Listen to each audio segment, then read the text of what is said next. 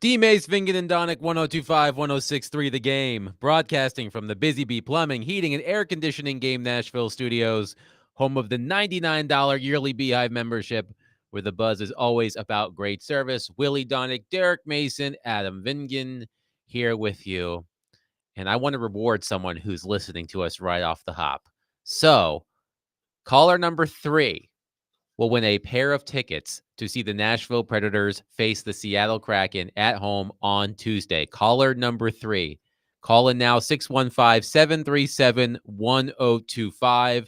If you're caller number 3, you will win a pair of tickets to see the Predators play the Kraken on Tuesday. We will give away another pair of tickets in the second hour and another pair of tickets in the third hour. So if you don't win this time, you can try again later in the show. But caller number 3 at 615-737-1025 wins a pair of tickets right now to see the Predators take on the Seattle Kraken on Tuesday. And hopefully, when the Predators return home on Tuesday, they'll give you a better result than they did last night, a 4-3 loss to the Dallas Stars in the season opener, a goalless first period. I don't like when people say scoreless because there is a score. It's 0-0. Oh, don't get all Pierre LeBrun on. I agree. That is so dumb. I agree with Pierre. It I is agree scoreless. I agree It's with Pierre. scoreless. It's 0-0. People is have been a saying score. scoreless for a million years. So Yes. don't try to change how that all Exactly. 0-0 Don't worry about is it. a score. It was a goalless first period between the Stars. Scoreless. Tomato. It was 0-0 after the first period. But one thing to know about the Dallas Stars, if you give them an inch, they will take a mile offensively. 2 goals in 19 seconds to take a 2-0 lead early in the second period. Philip Forsberg responded to cut the lead to 2-1. But then Mason Marchment scored his first of 2 goals in the second period to restore the lead for the Stars. They were up 4-1 after 2. The Predators had a furious rally at the end of the game, scoring twice in the third period, hit numerous goalposts, but they fall short 4-3. And the big debut of Steven Stamkos, he played 23 minutes, 1 second, 23:01 of ice time. This was fascinating to me.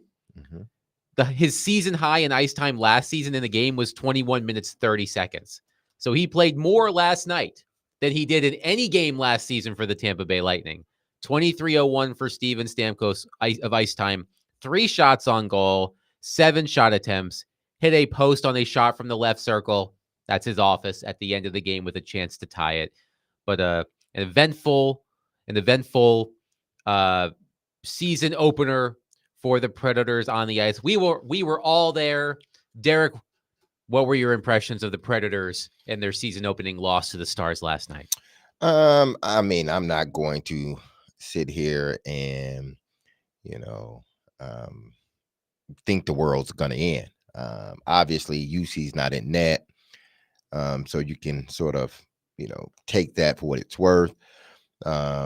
Wedgwood, it, you know, he didn't play well, at least in that second period. He did not play well. Now, he gathered himself, and in the third period, he did what he was supposed to do. But that second period pretty much lost him the game. I thought there was some sloppy play out there at times. The power play, as much as I was looking forward to it, it didn't live up to the hype, at least not last night. Now they get their chances. How many power plays they have? They 6? went 1 for 6 on the power play last night. And I mean, and that's supposed to be their bread and butter with the guys they have on that first power play unit. You're talking about, 2 or 3 40 goal scorers on that first power play. So, I'm sure there's still things they need to sort of square out and sort of clean up, them getting used to one another. But I think all in all, they came back, they showed the resilience, and they had an opportunity. They gave themselves an opportunity, along with Wedgwood, gave themselves an opportunity in the third period to not only win the game, not only tie the game, but ultimately win the game. But I think it's something they can build on. It's not the end of the world. They got 81 more of these games. But there are some things they need to clean up, and they need to come out and play a little bit more inspired hockey. You know, to start off, and hopefully UC's back for the Detroit game, but if not, then Wedgwood has to redeem himself. I called him an op yesterday. I was sitting in front of, behind Dallas fans, like 4 or 5 Dallas fans, and I'm like, y'all can have him back. Y'all can after that, y'all can have him back because he's an op right now. He's working for y'all and not us. But they laugh. So, but again, it's only one game, and he's gonna have some more chances to be in net and sort of fix what he had going yesterday. So I'm still encouraged by what I saw that first unit. Novak scored a goal. O'Reilly scored a goal. So that center position seemed to have done well yesterday. But it's a long season. So I thought there was a lot to like in the big picture for the game. Andrew Burnett said after the game, he called it summer hockey. And we were talking about this yesterday, Adam, before the game. If you look around the league, and there were a few more of these last night, there's been a lot of loose, high-scoring games. And that tends to be the case, I think, in the first month or so as everybody sort of gels with their systems, the way they want to play. And I thought really that was where the Predators lost the game, was in the first 8 minutes of the second period. They had a couple of big miscommunications. In basketball, you do drills the whole preseason of, we called it sprint back, talk, and pick up. You pick up in transit. You make sure everybody's covered when you're sprinting back after a turnover. And I thought they did a poor job a couple of times on some strange plays. Like, wait a minute, you're back. The guys are there, but you still left a guy uncovered. And to Dallas's credit, they made big plays. So the first 3 goals, I put more on just not quite being cohesive, getting back and doing some of the little things. I think that will be better as the season goes along. I don't really fault Wedgwood for any of the first 3 goals. Now you're saying, if you have a great goalie, can you steal one of those 3? Maybe, but my expectations for Wedgwood are just be solid. It's the 4th goal that is a combination of Wedgwood let one in that shouldn't go in. I think the expected goals, that's probably the one that you circle. Say that's one you need to save there. But it also was a play that was a nothing play that turned into a scoring opportunity on just the Predators really not being on the same page. It looked like Wedgwood was signaling to Brady Shea that it was going to be icing. And then the play continued, and I think everybody was looking around going, wait a minute, we got a line change? I thought this was nothing. And the Stars were like, hey, wait, we've got something here. There's space. And the next thing you know, they get a really big goal to make it 4-1 instead of 3-1. I think if it's 3-1 at the end of the second, that surge by the Predators in the third period probably has them at least getting a point out of it. But I think if you look at all of the scoring chances, the quality, the Predators really for all 3 periods, for the majority of the time, took the game to the Stars, which is a really positive sign because the Stars, I think, are one of the top 3 or 4 favorites to win the Stanley Cup. The Stars were having a hard time handling the waves of the Predators, the speed, the scoring chances. And I think if you do that every night, you're going to get your share of wins.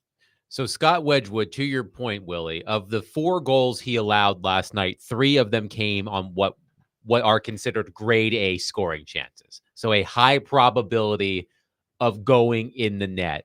3 of the 4 goals also beat him high blocker. There might be some familiarity there with, as Derek is so flabbergasted by this, he almost fell out of his chair. Exactly. But perhaps there was, of course, Scott Wedgwood having played for the Dallas Stars. Maybe, they have the book on him.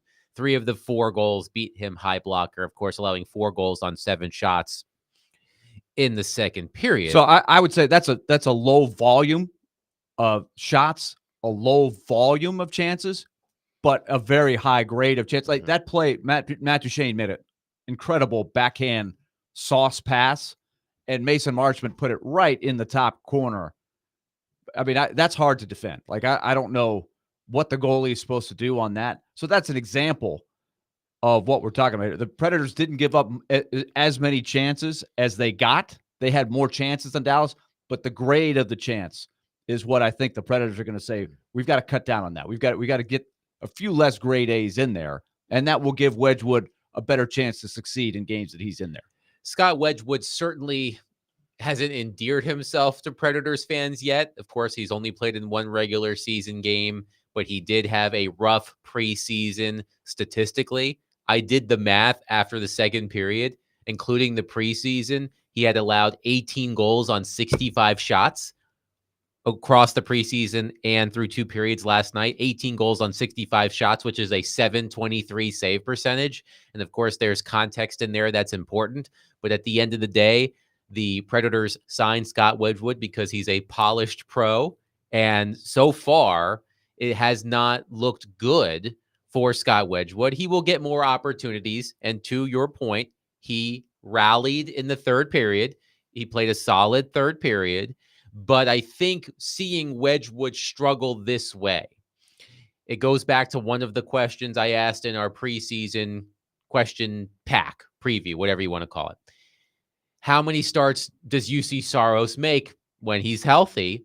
And the concern among Predators fans that the Predators have been overtaxing UC Saros, and perhaps that may lead to some issues down the stretch and hopefully into the playoffs. So if Scott Wedgwood plays like this, which I don't expect him to play like this every game, but I just think his performance so far has not inspired confidence that the Predators can dial back UC Saros's workload, which is something I think most Predators fans want to see. This is why I think all of you out there listening who are going to be watching the Predators, who, by the way, that was a really entertaining, action-packed game, which I think should be noted for a casual fan that heard a lot during the playoffs. Hey, this team couldn't score when it counted. That was true in that playoff series, but this team plays fast.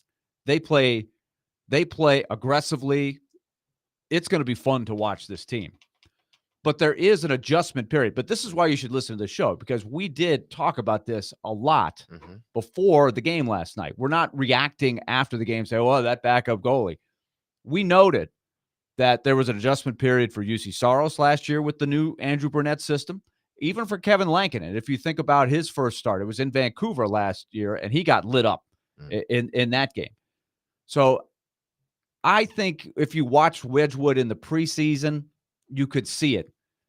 He's the new guy. He knows that he's got to win the confidence of his teammates, and in turn, you win the confidence of the fans. You have some early success, and you get over the hump. I think once he breaks through that, he's going to be fine. But I think that adjustment period, and Chris Mason talked about it yesterday, it can be tricky. And sure enough, he got thrust in there last night, and he wasn't great. So he didn't check that box last night of he's won everybody over, right? So now he's got to go back to the drawing board and be better the next time he goes out there. And he may well get the start on Saturday. But it's not time to take chances right now with UC Saros. If he's not 100%, then you go with Wedgwood again and you give it a few more days, and then you don't play again until Tuesday. And one thing that I saw a lot in reaction to the tweet I referenced, where I looked at his numbers in the preseason and through 2 periods, a lot of angst about why the Predators didn't bring back Kevin Lankinen. I think it's important to note that it wasn't the Predators' decision. It certainly seemed like it was more of Lankinen's decision because he wanted to have a better opportunity to play. I think Robbie Stanley said this morning that had you given Kevin Lankinen some truth serum at the start of free agency and said, let's give him a crystal ball. You're going to go to free agency. You're going to be sitting out there a while. It's going to take an injury to another team's starting goalie to get you a job, and you're not going to make as much money as you think. He probably would have said, yeah, I'll stick around Nashville for a couple more years. It seems like it was more of Lankinen's decision than the Predators' decision to part ways. That's a fact. I do believe it is a certainty that they went to Kevin Lankinen and said, we would like you back. But Kevin Lankinen, how could you blame him at the time that he had to make this decision? Askarov is still in the mix, right? And it had not blown up yet, right? The Askarov stuff blew up after the free agency period. Fair? Yes. So it was like, what do we do with Askarov? But hey, Askarov he's pushing. He's the top prospect. So he's in the mix. He's going to be a year older. Saros, by July 1st, was nearing and then finalizing a contract. So Kevin Lankinen, who had a great year last year, I think perfectly reasonably said, I would like to see if there is a starting job I can go win, and told the Predators, no thanks. There was nothing wrong with that. I thought he made the right choice. But D-Mace, as you know, sometimes free agency is weird. I was stunned that there were not more suitors for him in the first week of free agency. I couldn't believe it, honestly. But it does happen in sports. Yeah, That's the gamble you take sometimes. Yeah, you bet on yourself sometimes, and sometimes you lose, and that loss can cost you, a lot of money, or it can cost you an opportunity to be on a team that ultimately can get into the playoffs and potentially win a Stanley Cup. So, it happens just about every year. And I'm sure if, like y'all said, even if the Predators had it to do over again, I think they would have been more aggressive at offering him something, because this is a guy that knows your system. He's been in the system. So you don't feel as nervous, or you don't feel nervous if you got to put Lankinen in net, because he knows what's going on. He knows what you want from him. He knows what those guys are doing in front of him. But when you throw Wedgwood in there, he's still trying to figure everything out. Yeah. Think about some guys in the past. I think it happens with every new backup. Carter Hutton. I think there was a time early, and he got thrown into the deep water when Pekka Rinne had a very serious hip injury. It got infected, and he missed 50 games. I don't think Carter Hutton exuded a ton of confidence early on, but as he kept playing, he started winning over the confidence of the team and then the fans. And so it's a process, I think. So you have to give Wedgwood, and be fair, a little bit of time, and not prejudge what you're going to see in the coming months. Now it's up to him to do it, and you can't give him the whole season. Well, you can't be sitting there in January going, well, he's still adjusting. He's got the job. That's the job of the backup goalie, is be the steady guy that when he needs to play, he gives you a chance to win. And he has to figure it out, because like you said, he's not going to get, as I say, time on task. He's not going to get all of the, minutes in a goal to sort of figure out what they're trying to do. He's going to get every 10 games he may get in there. So you can't, if you haven't figured it out, or if you don't know how to figure it out while you're not playing, you're not going to play enough to figure it out when you're in net.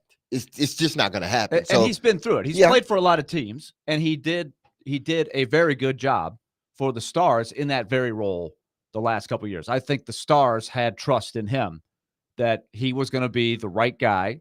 Nobody's confusing him with a Hall of Fame guy like Dominik Hasek or anything, but when you have a backup, it's just like in the NFL. You want your backup to be steady, to give you a chance. If your guy's missing a game or two here or there, that he can go in and get the job done. I just want to say one thing when I was watching the game last night.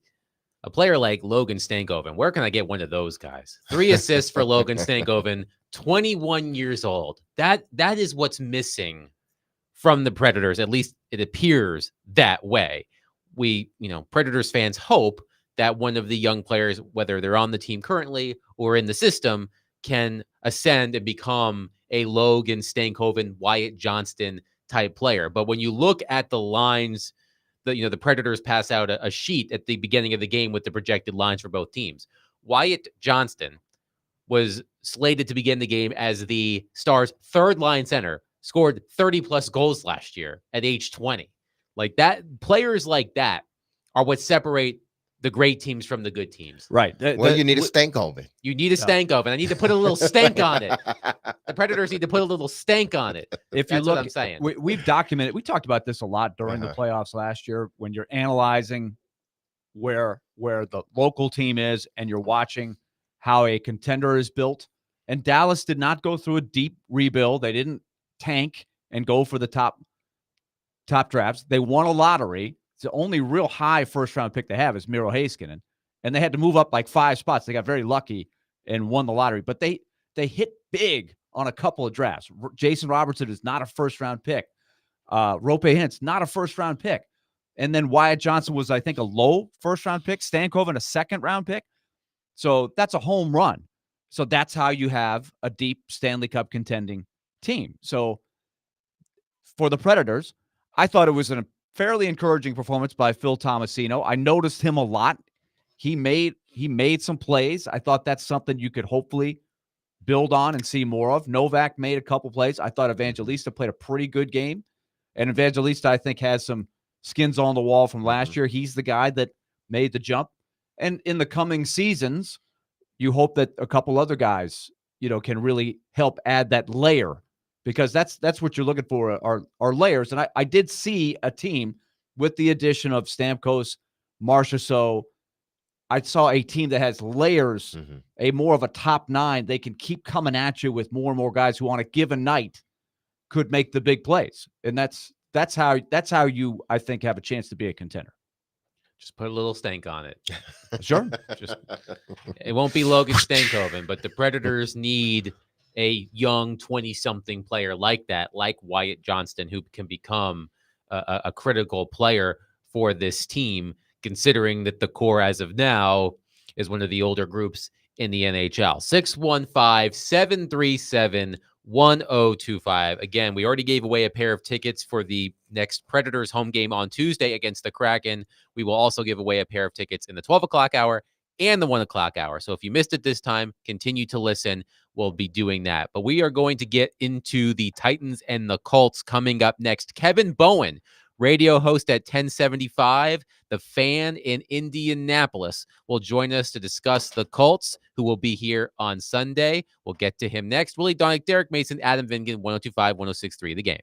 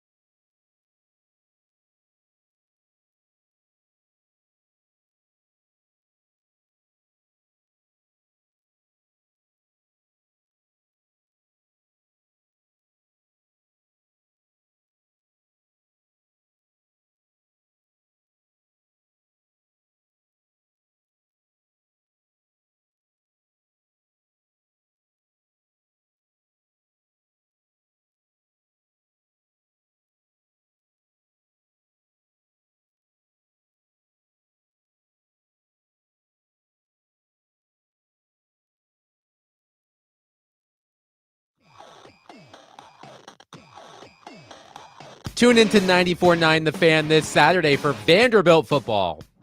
The Commodores, fresh off their upset win against Alabama last weekend, will take on Kentucky with pregame beginning at 5 and kickoff at 6:45. Coverage is also available on 94.9 The Fan app and at theGameNashville.com. Willie Donick, Derek Mason, and Adam Vingan here with you. And on our phone line, driven by WilsonCountyHyundai.com, Kevin Bowen, radio host at 107.5 The Fan in Indianapolis, is here to join us to discuss the upcoming matchup between the Titans and the Colts. Kevin, thanks for joining us. How are you today? Doing great, guys. Thanks for having me. My pleasure. Our pleasure. So I would love to know, Kevin, what the level of discourse is like in Indianapolis around Anthony Richardson, because as you might expect around here, a lot of the talk surrounding Will Levis, it's not so bright and sunny with Will Levis. And Anthony Richardson this season, statistically, has struggled, but we have seen flashes of his brilliant talent. He did not play last week. He is expected to play on Sunday. But what is the level of conversation around Anthony Richardson in Indianapolis amongst Colts fans? Boy, how long do you have? I would say it is. It's complicated. I guess it's one therapy session to the other, and me talking to you guys. So, yeah, it's. I think it's difficult. Certainly he has taken a step back in his play this year. There's no denying that. And again, we're talking about really brief sample sizes, 170 some snaps last year. I think he's like at 150 something this year. So again, very small sample sizes, but the turnover numbers are much, much higher this year. He really didn't turn the ball over a lot at all in that rookie year. And then this year, that's probably been the most alarming thing.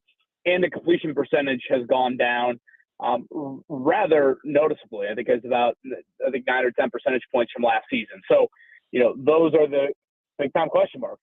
His last time out, he was only out there for a quarter plus, but he led 2 very impressive drives against the Pittsburgh Steelers and showed off dual threat ability. And then next thing you know, he gets hurt. So you have the questions of him on the field, you have the injury questions.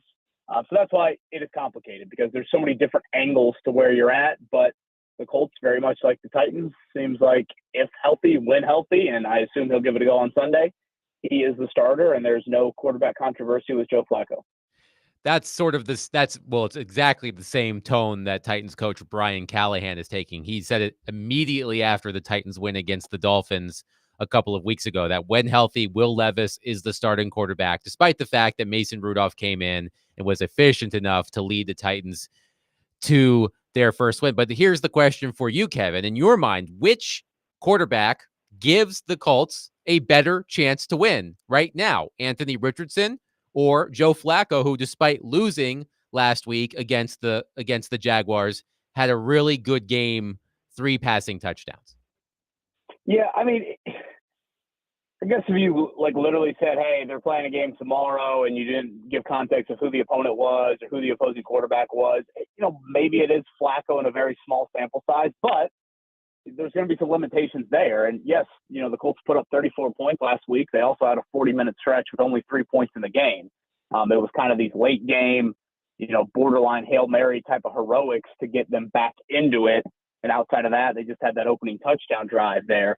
And again, they did it against Jacksonville, arguably the worst passing defense in the league. So I think you have to add a little bit of context there. With Richardson, certainly you get a multiple element to your offense. And to ignite a run game, last week their run game was really non-existent without Jonathan Taylor and Anthony Richardson. They kind of had to do some outside of the box things. They had a throwback with A.D. Mitchell, kind of a throwback screen to try and create some big plays. So certainly Flacco has the ability to carry a passing game burden, a heavy passing game burden. But again, your offense is probably not going to be as high of a ceiling. It might have a much higher floor, but it probably doesn't have as high of a ceiling. So that's probably how you look at it. Honestly, a debate or a thought that I've had this week, and probably isn't what your listening audience wants to hear, but I think the Colts walk into this game with the 2 best quarterbacks in the game.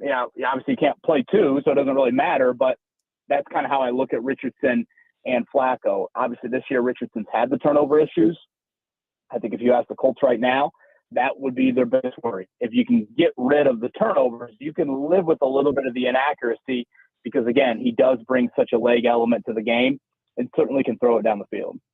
We're talking with Kevin Bourne, 107.5, the fan there in Indianapolis.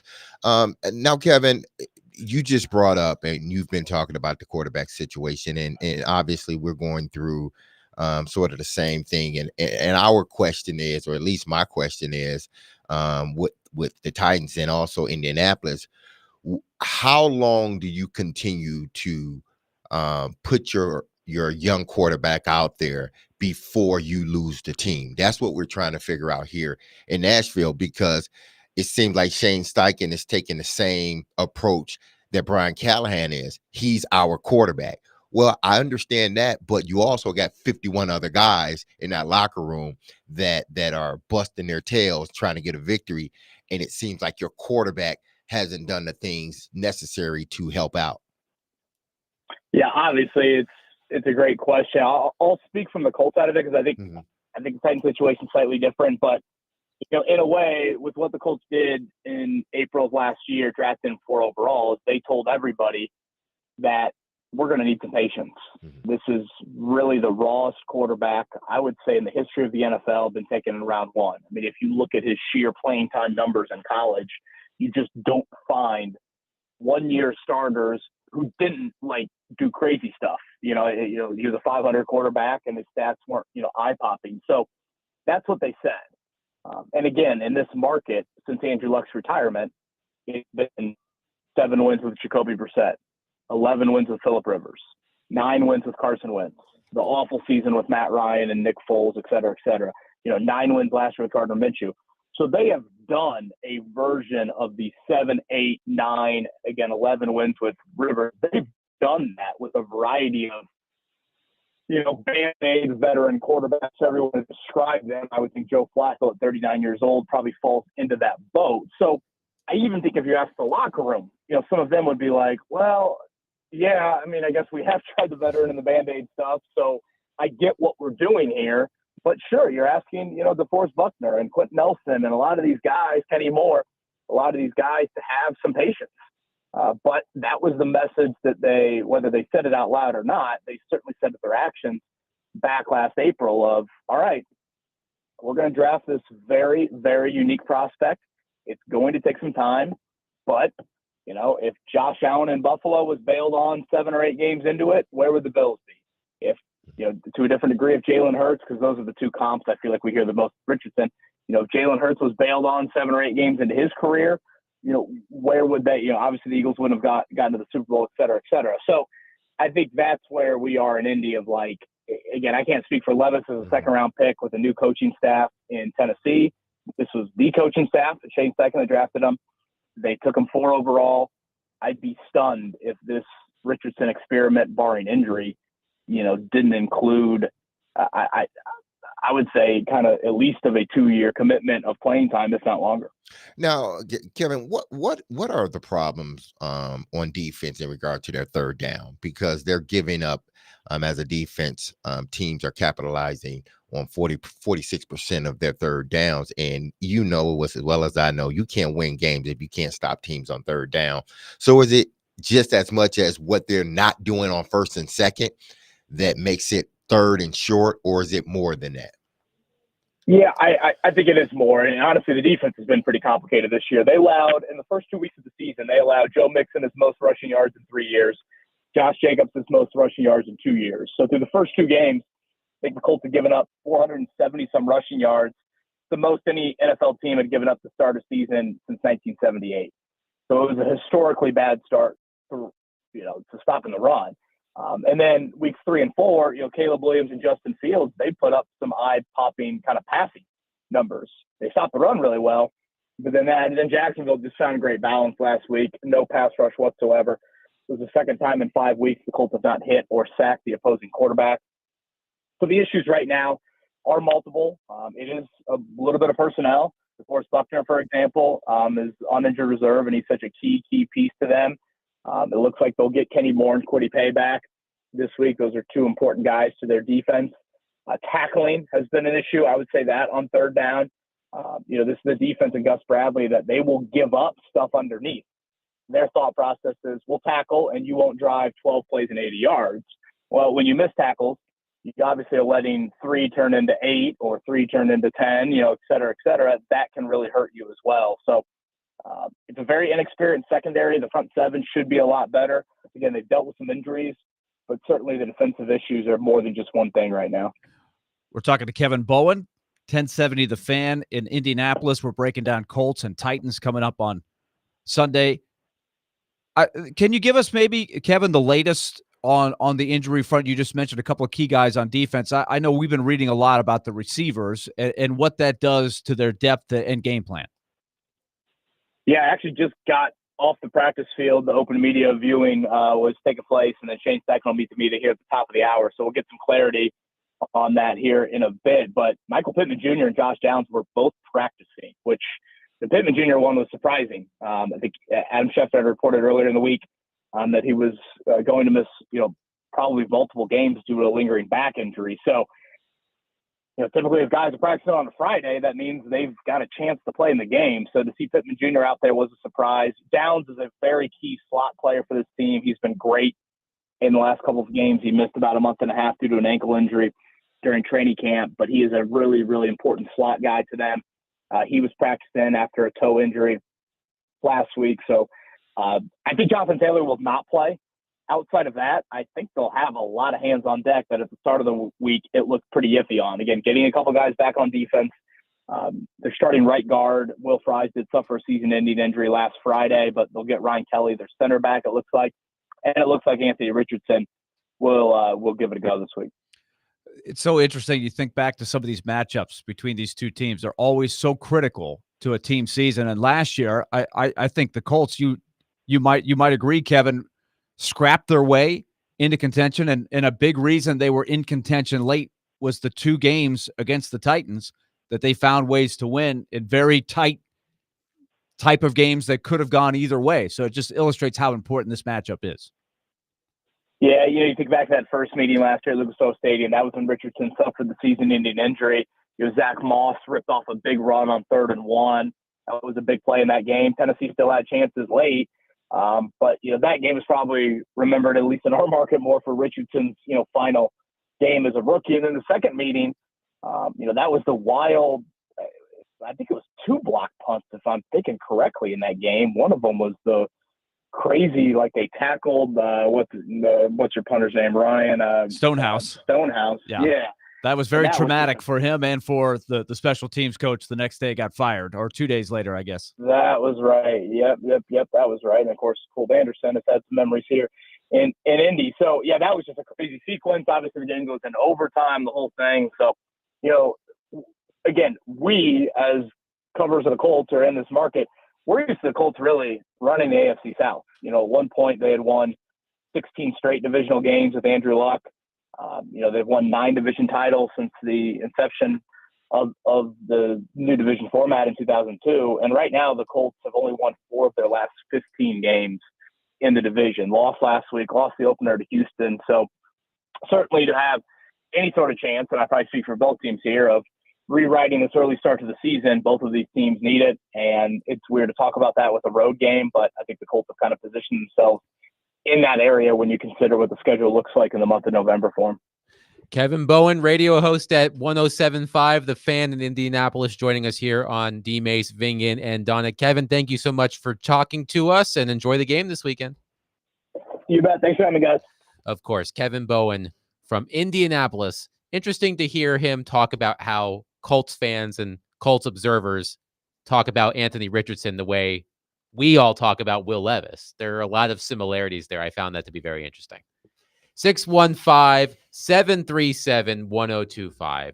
So we've done a lot of evaluation of the Titans this season, of course. We've talked a lot about Will Levis. We've talked a lot about the offensive line. We've talked a lot about the secondary and Jeffrey Simmons. But I feel like there's one person we haven't evaluated a quarter of the way through the season. We will do that next. Willie Donick, Derek Mason, Adam Vingan, 102.5, 106.3, The Game.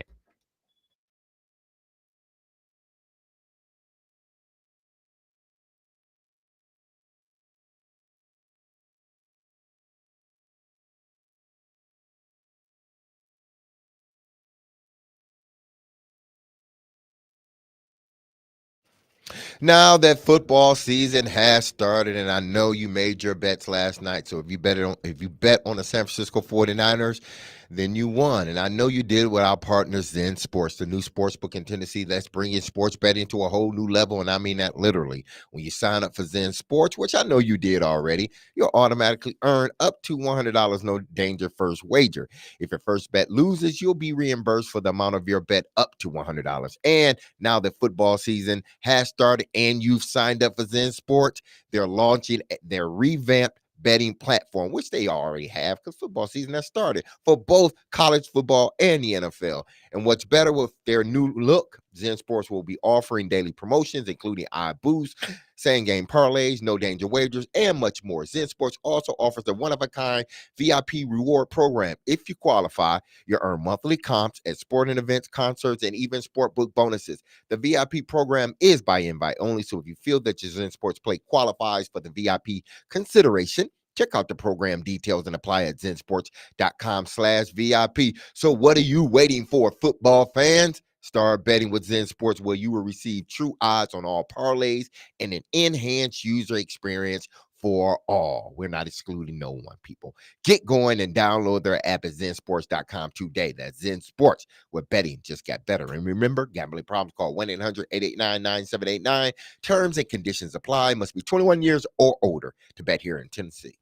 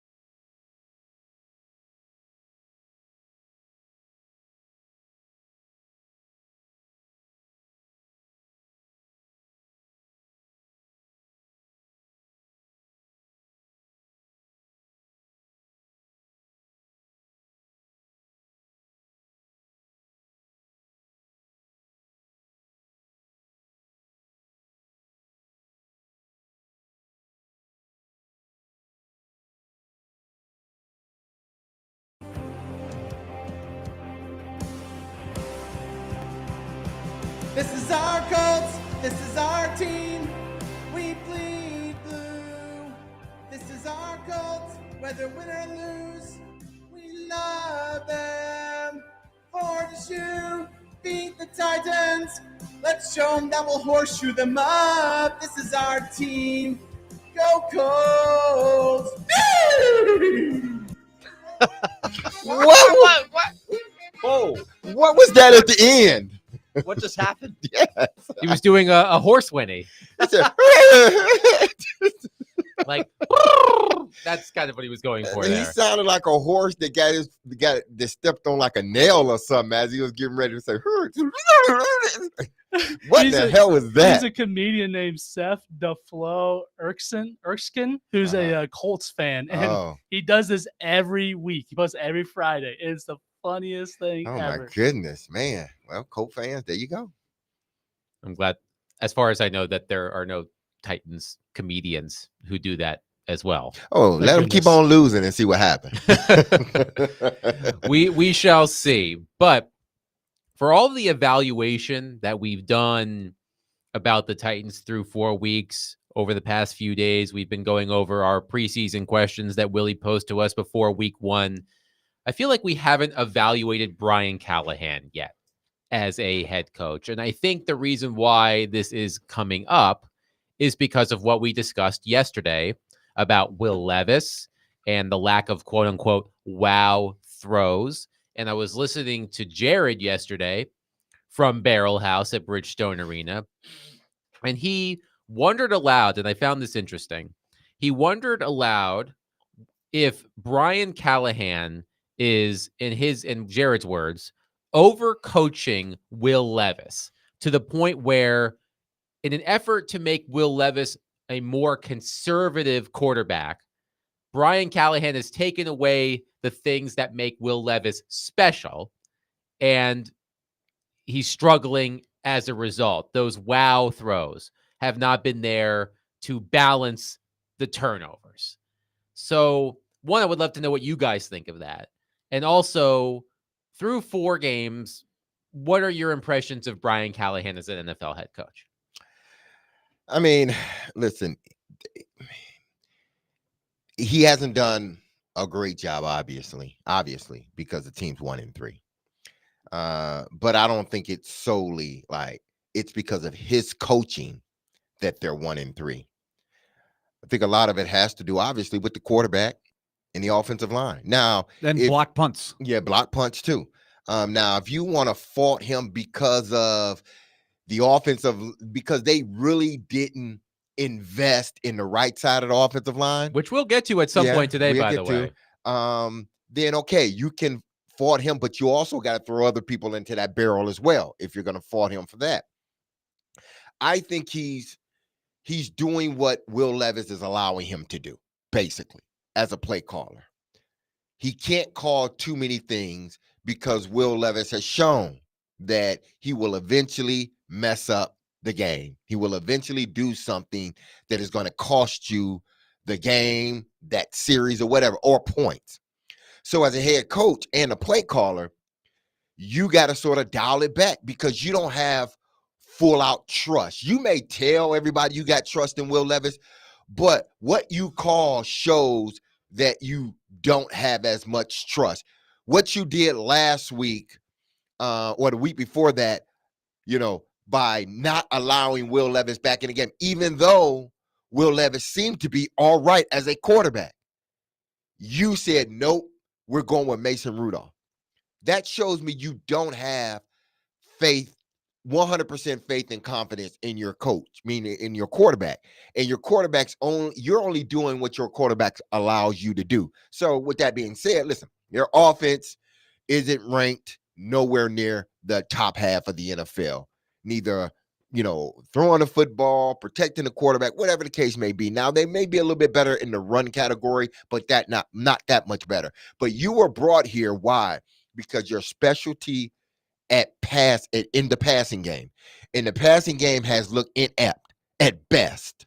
They've had their moments here and there, but this passing game has looked pedestrian at best. So if you're asking me, to grade him or I think he's done okay.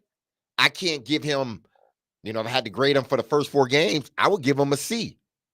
But a lot of that has to do with the quarterback because I can only call plays that the quarterback allows me to call. And when I say allows me to call, I mean that he can go out there and orchestrate the play the way it's supposed to be. I have asked myself a lot, why has the offense struggled? The design of the plays looks reasonable. I think he knows how to put together an offense. So I think I'm leaning much more on they've sputtered because the quarterback has struggled more so than it's a bad system. So I think I like him as a potential head coach. I think it's really going to be defined on do they improve as the season goes along. And if they're going to ride the Will Levis train here and give him a lot of slack to fail and get back up, then it is essential that he get better during the season. That's a great challenge for a young first-year head coach. And then I think within that, can the offensive line get better as the season goes along? To me, that's going to be where the grade is. I thought he ran a good camp. I like his disposition. I do think he is, as advertised, a guy that's got good people skills, that has a philosophy as a sort of a modern communicator, head coach wise.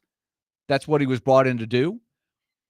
And I see what he's trying to do with because I think Jared's overthinking a little bit here. I think it shouldn't surprise everybody that they wanted to get that completion percentage up, and he has done that. But they've got to have more efficiency. They've got to eliminate the egregious mistakes, and in time they've got to have him play to his strength some. He's got to hit some shots and use the fact that he's got a rocket of an arm, and be able to strike fear in a defense that he could beat us deep, or he can make that throw from the near hash to the far sideline like he's shown the ability to do. That's a tool that they have to use. So early on, you can't give him anything more than a C, I don't think. Game management, I don't think it's been bad. There's been a couple things we've said, maybe a first-year head coach there. But the overall, whole field, the whole going for it. Yeah, that was. But other than that, yeah. I think he's challenged when he should challenge. I think he shows poise on the sideline, and he has been the first to admit he's learning. Right? So we got to give him some time. But I like where the ceiling is. I think he can be the right guy for the job in time, and I think he chose a pretty good defensive coordinator. I like what I'm seeing from Denard Wilson. 615-737-1025. How would you evaluate Brian Callahan as Titans head coach through 4 weeks? What do you like? What don't you like? You can call us and text us 615-737-1025. Also, keep it locked here for the second hour. I have another pair of Predators tickets to give away to their home game on Tuesday against the Seattle Kraken. We'll do that at one point during the second hour. Tune into 94.9 The Fan this Sunday for coverage of the Bank of America Roval 400. Coverage will begin at 12 p.m. and the race is set to start at 1 p.m. Coverage also available at thegamenashville.com.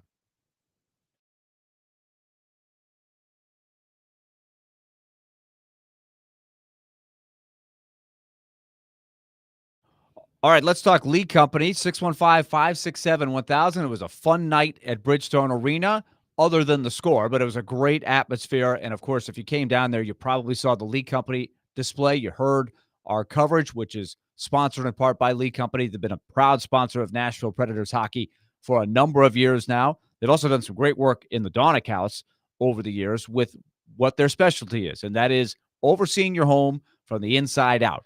Your electrical system, your plumbing system, and, of course, your heating and cooling. And at this time of the year, it's important to get that heating unit checked before day in and day out you're going to have to crank that heat. And we know it's going to get cold, so make sure it's up to snuff and running properly. Call Lee Company, 615-567-1000, or just go to leecompany.com, and you'll get all the info that you need. Lee Company, proud sponsor, Nashville Predators.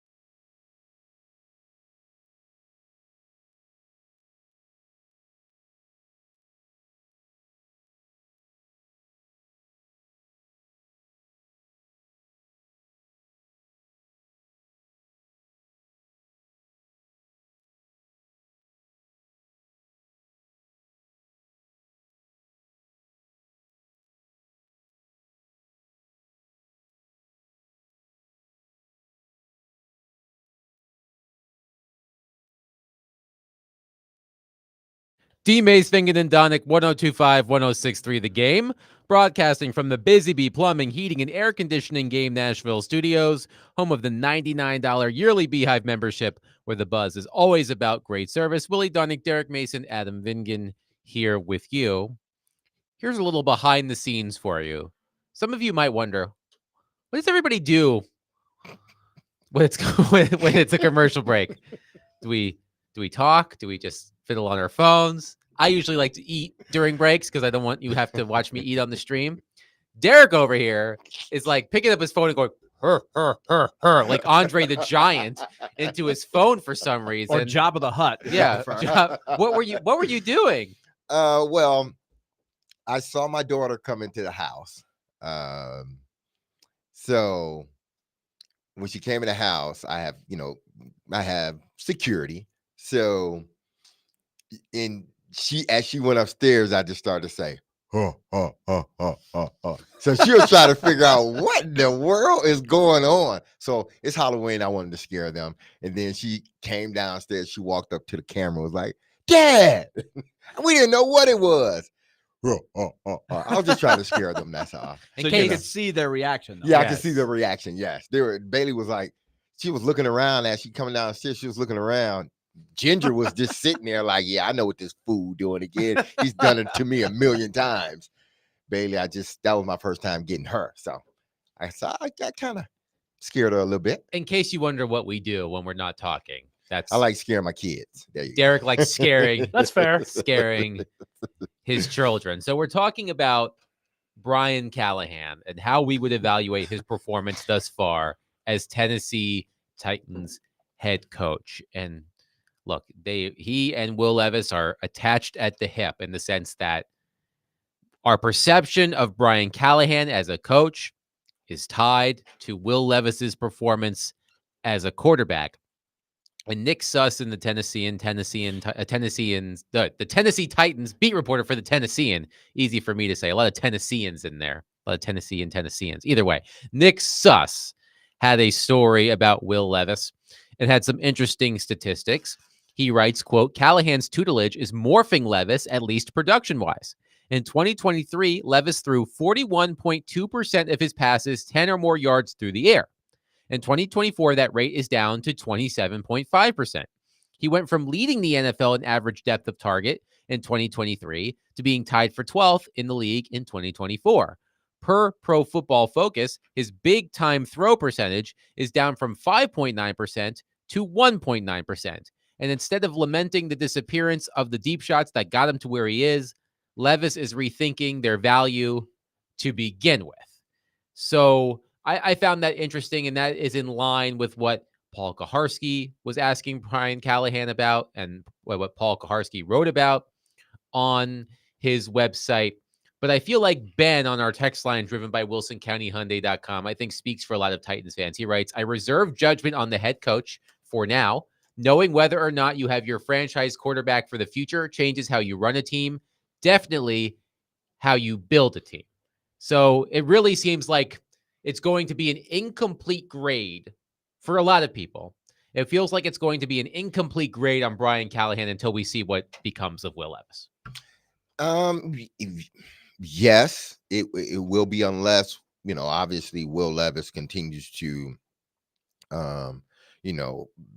sort of go down this path of mistake after mistake after mistake. Then eventually, if he doesn't make a change, or if the organization doesn't make a change, then he will be responsible. I think fans will hold him responsible for, Will Levis's performance. Listen, the way I look at it for Brian Callahan, he didn't draft the guy. Yes, he was hired in part to sort of help, navigate Will Levis and allow him and help him become the best quarterback he can possibly be. But maybe, just maybe, this is the best quarterback he can be right now. Maybe, just maybe, this is the best quarterback he can be. And there's nothing else that Brian Callahan can do. He can't work wonders. He can't take, somebody that can't play the position on this level at a high level. He can't take that guy from being what he is to Peyton Manning, Tom Brady, guys like that. Maybe Will Levis is who he is, and he's trying to figure out, well, how do I navigate that, this year? Because to me, he's playing with house money. He is truly playing with house money. Again, he didn't draft this guy. The person that should be more worried about this is Rand Carthon. That's who should be worried about the quarterback, not Brian Callahan. Yes, I'm sure Brian Callahan said, yeah, this kid got some tools that I can work with. He has a strong arm. He's mobile. We think he can run the offense that I want to put in. But make no mistake about it. Brian Carthon is the guy that needs to be worried about whether Will Levis works out or not, because he's tied to Rand Carthon. He's not necessarily tied to Brian Callahan. For me, it's as simple. They're going to continue to ride it out with him because that's the owner's choice. I think he will get better because it's his completion rate. His completion percentages says he can do the little things. He can do the things that you're asking him to do, like complete a pass here, short pass here, short pass here. But what you're trying to unlock is that superpower that not many other quarterbacks have, that strong arm to get the ball, push the ball down the field for big plays. You haven't been able to unlock that. And I'm not sure you're going to be able to unlock it on a consistent basis. It's easy to look at results right now when you're trying to grade. What I'm really going to stress is I want to see week to week what adjustments he makes and what kind of improvement he can make with the offense, because we're looking at Brian Callahan as the offensive mind. Mm-hmm. It's so much of the emphasis is, how's Levis playing? Because that's such an important slice of Callahan. But let's not forget, he's got to be the head coach. He's got to run the whole thing. He's the CEO. So I think all things considered, he's had quite a bit thrown at him. I think he's handled himself pretty well with that part of it. Because I'm always wondering, especially for a first-time head coach, can you handle all of what goes into calling the plays, running the offense during the game, and managing what you have to manage as the head coach? That's a lot to bite off, but I think he's done reasonably well. But how does he grow from here? How does he bob and weave as he maneuvers through the season? We do have a Indianapolis Colts update from Stephen Holder of ESPN. Coach Shane Steichen says Jonathan Taylor is the only player ruled out for the Colts on Sunday. So no Jonathan Taylor for the Indianapolis Colts on Sunday at Nissan Stadium. Steichen also said, according to Holder, he acknowledges Michael Pittman's injury, but he is not ruled out and says he's one of the toughest guys, quote unquote. No insight on his official status just yet, which is interesting because there was a report from Stephen Holder a couple of days ago that Michael Pittman had a back injury that is expected to sideline him for multiple games. So my guess is that Michael Pittman won't play. Maybe they're trying to keep the Titans guessing, but Shane Steichen not ruling out Michael Pittman, but Jonathan Taylor will not play for the Colts on Sunday against the Titans. That's pretty big because as we mentioned, they don't really have an obvious backup that looks like he's much of a threat. But of course, I had never heard of the guy for the 49ers the first week, and everybody on their fantasy waiver wire was trying to find this guy the next day. So running backs can be replaced. I think we've learned over the years. I'm also very concerned not just about Pittman, if I'm a Colts fan, but also Downs, who we talked about. He's been missing some time. He's a critical guy. And there is a possibility that one or both won't play, or if they do play, they're playing hurt.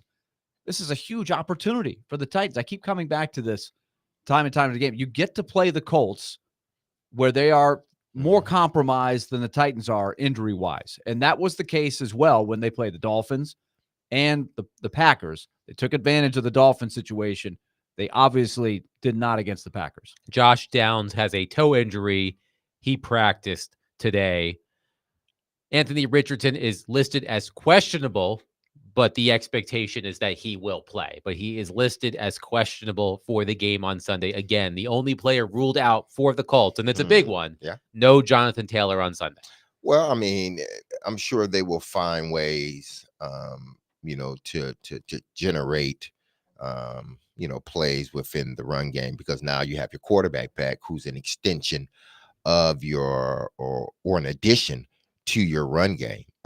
Another thing, because I talked about this a lot the last couple of years in development of the quarterback, and y'all know that I would always say, listen, for some reason they are not developing these quarterbacks the way they need to, because every young quarterback that has come here has sputtered out. I'm hoping that Bo Hardegree, I think that's how you pronounce his last name, because he's going to be instrumental in this as well. Because you got the head coach, who's your offensive coordinator, but like Willie said, he's the CEO of the team. He's managing the whole team, and then you have your offensive coordinator, who's really not the offensive coordinator, because he's not playing, he's not calling plays. So he's helping put together the game plan. Well, who's helping develop the quarterback? Is it the offensive coordinator and the quarterback's coach? So it's going to be a tall task for Bo Hardegree to try to develop Will Levis into a bona fide starting NFL quarterback, a guy that can consistently win you games. Now, he was with the Raiders. He need help with O'Connell last year. He helped with Derek Carr. He was in New England when they drafted Mac Jones. So he has had his hand in developing, young quarterbacks with not that many years in the league. So I want to see what he does with Will Levis, because ultimately that's what it's going to come down to. Because Brian Callahan is the head coach. He's the offensive coordinator. Then you have your offensive coordinator. But it's the quarterback's coach that helps truly develop that quarterback to what he's going to be. Do you think this game, just listing all the things we're listing here, this cries to me out for a game plan just like the Miami game plan?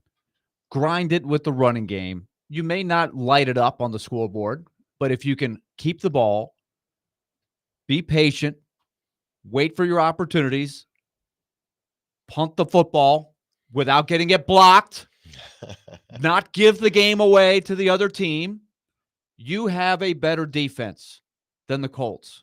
I think that can be a formula for success in this game. It sounds easy, and it may be boring, but I think if they do that, they win this game. That's how I feel sitting here right now. Well, they're going to have to do it. My thing is, unless this game is more than a 7-point game, then you turn the ball around and you give it to Pollard or Spears. That's what you do. I agree. You take the ball out of your quarterback's hands, or you minimize the opportunities he has to make a mistake out there. So if you keep this game close, which I think they will, then you use the asset that has worked for you. Use the asset that has looked good, and that is your running game. Because everything else, you're damn near last in passing. Your receivers overall, their numbers are damn near last in the NFL. The only thing you have to hang your hat on is your running game, that I think is ranked 12, 13, somewhere around there. They're top 15 run team, run as far as running the football. So if that is indeed the case, then turn the ball around and hand it to the running backs. I find this very interesting. According to ESPN, the Titans have won 8 consecutive games following their bye, which is the second longest active streak in the NFL. Well, that was Mike Vrabel. Vrabel, yeah. So what do you think it is about? Well, again, you said it was Mike Vrabel, but what can Brian Callahan do to attempt to replicate that? What is the league record? Do we have like a comparison? I'll have to look for that. Because on some level, I think it is relevant, but I think, the fact that they won off of their bye 6 years ago doesn't really mean anything for this team with all the new players they have, the new coaching staff. Like, I don't know if you can, like when Vrabel was there and it's year to year, I think that's probably got a little more relevancy. But I'm curious, though, how does that compare to does the league have a winning record when you're Mhm. coming off a bye and the team you're playing is not coming off a bye? I don't know the answer to that. So I don't like clinging to that a little too much, but I do see a team that should be fresher Mhm. and not as banged up as the team that they're playing, and that should give them. And look, we talked about it when the Colts injury report came out, the line flipped. Yeah. And the Titans are a slight favorite now, 2.5. I When they wonder were what a it 1 is. point dog early in the season. Well, now that Steichen said everyone is playing except Jonathan Taylor, I wonder if they had known that like yesterday, would the line be what it Yeah, is? we'll see if it changes Yeah, again. exactly. If all of a sudden Pittman's playing, because that's huge. he's an important guy. Yeah. Last I checked, it was Titans -3. Yeah, I see 2.5 on ESPN, but I'm just looking at ESPN bet. DraftKings. I'm sure it DraftKings has fluctuates. Titans -3. So we'll see what happens with that. And you're right, Willie. And I fall victim to this sometimes when looking up these statistics. It is an impressive stat that the Titans have won 8 consecutive games following the bye. But what happened in 2018 doesn't have much influence. Yeah, they might have on 3 guys that Yeah. are still on the team, or the coaches from the first 1 or 2 of those that they won off the bye. Well, when you consider what the Titans have coming up after this game, they play at Buffalo and at Detroit, 2 legitimate Super Bowl contending teams on the road. This is an opportunity to win a game and feel good about yourselves going into games where you are going to be a heavy underdog. So I agree. I think considering the issues the Colts have had on defense, the fact that their star running back is not going to play, there are a lot of question marks about their receivers. Their quarterback looks like he's going to play, but he may not be 100%. This is as good of an opportunity as the Titans are going to have to win a game and continue to feel good about themselves. It would be an incredibly huge missed opportunity for the Titans if they can't pull this off at home. 615-737-1025. Get your questions in on our phone and text lines driven by WilsonCountyHyundai.com because it's time for Ask D-Mace. Whoop, And whoop. I'm going to talk to our producer, David Janes, about maybe throwing a prize element into Ask D-Mace, which we don't normally do. I But like it's that idea. I endorse that idea. I am going to see if we can make this work, and I will let you know next. Willie Donick, Derek Mason, Adam Vingan, 102.5, 106.3, The Game.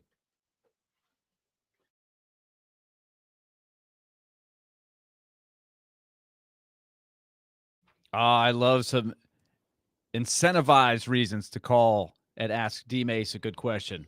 Also, just looking at the TV here in our studio, Eddie George hanging out on the First Take set. Eddie looking good. Looks like he's still like 30 years old. He always looks like that to me. But First Take with Stephen A. Smith and I almost said Shannon Sharp, Sterling Sharp. They are on the TSU campus. Really cool. In fact, Eddie's son is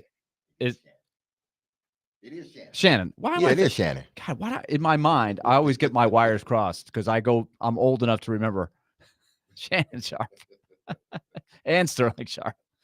But Sharp, he's on the campus of TSU, and Eric is asking his dad a question. It's a beautiful day in Nashville. Looks good. Let me tell you about F&M Bank. We're going to take it to the bank at 1:45 today. 1:45, we always do this. We make our bold predictions. We're just breaking down the Colts and the Titans. So we'll make our predictions on that and some other fun stuff going on this weekend. F&M Bank wants you to know that your business means more to them. They've got 20 locations in our listening area, so chances are there's one right in your backyard. It's called Banking Made Easy on Purpose. That's the motto. F&M Bank wants you to know that they've got tools wherever you are in your financial situation that can help make your banking easier. And that is a very comforting thing. So find the nearest location, myfmbank.com. That's myfmbank.com.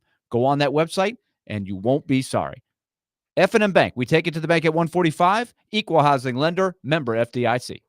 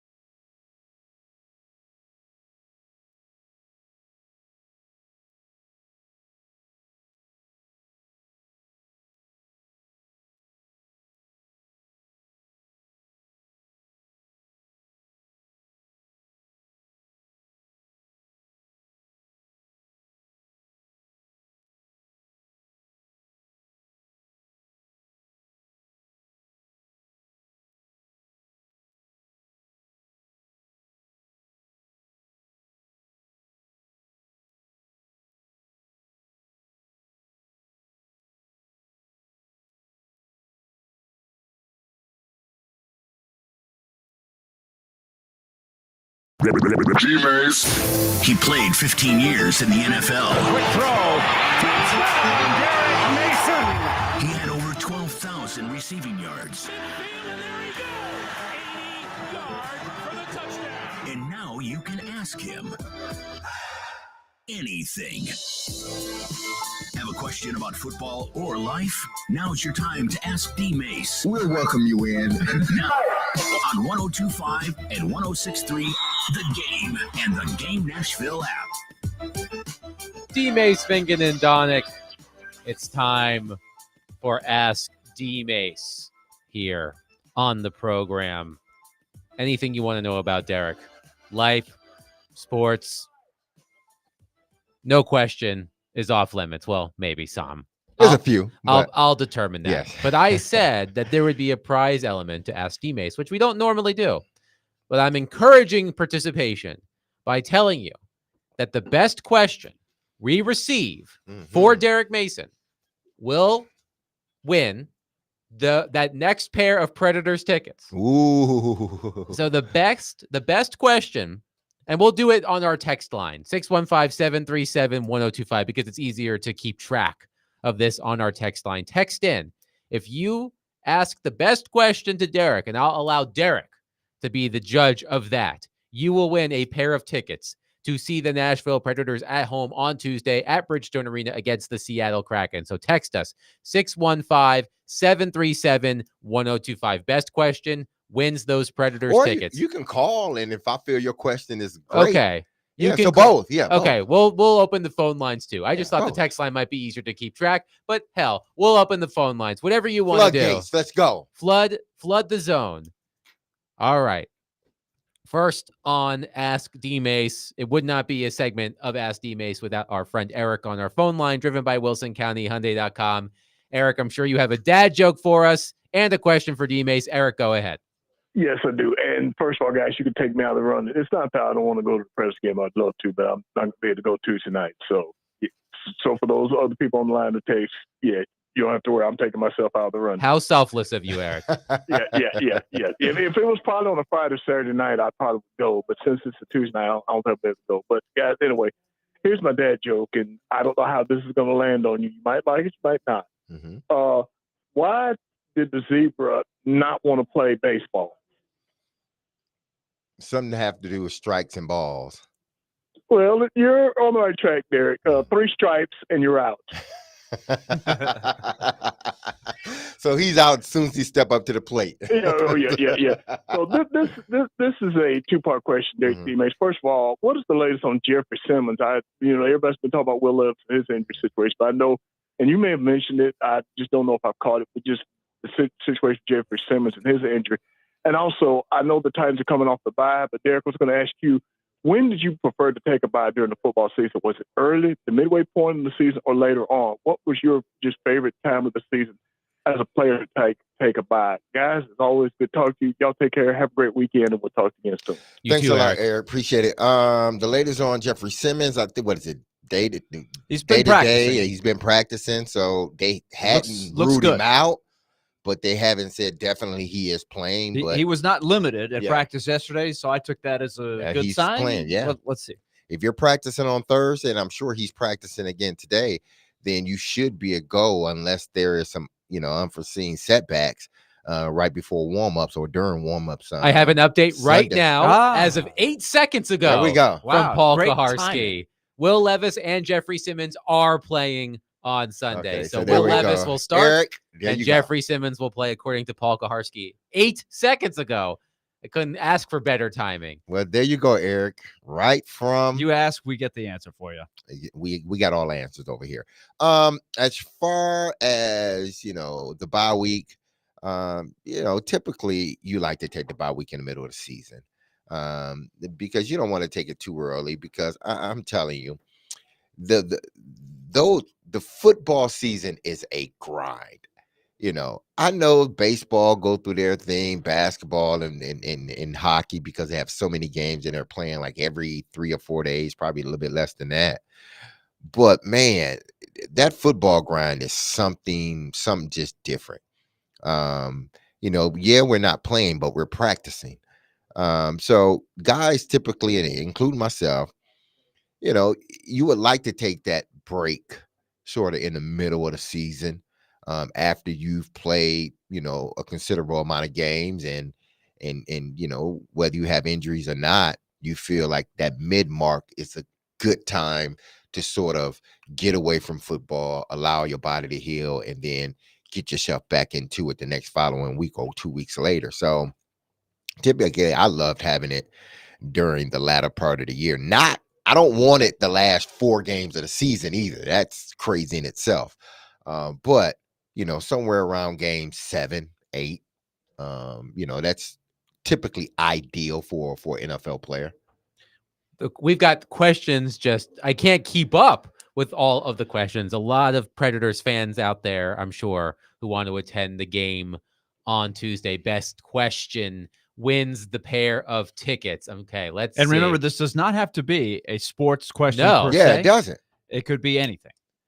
My favorite question that we have received on Ask D Mace since I've been in this chair, Willie, you were out that day. I've mentioned this many times. Somebody asked Derek if he would punish his son if he snuck out of the house. And the only way that Derek found out that his son snuck out of the house was by turning on the news and learning that his son was at a party and saved somebody's life. And Derek said, I'm still punishing my kid. Oh, yeah. You're still going to get punished. Yes, I learned a lot that day about Derek Mason. All right, let's see. Joey from Bellevue asks, since it's Halloween season, what's your favorite horror movie? And what do you prefer, a slasher or a paranormal horror movie? Ooh. My go-to, honestly, is Halloween, and I just watched it the other day. It gets funnier and funnier the more I watch it.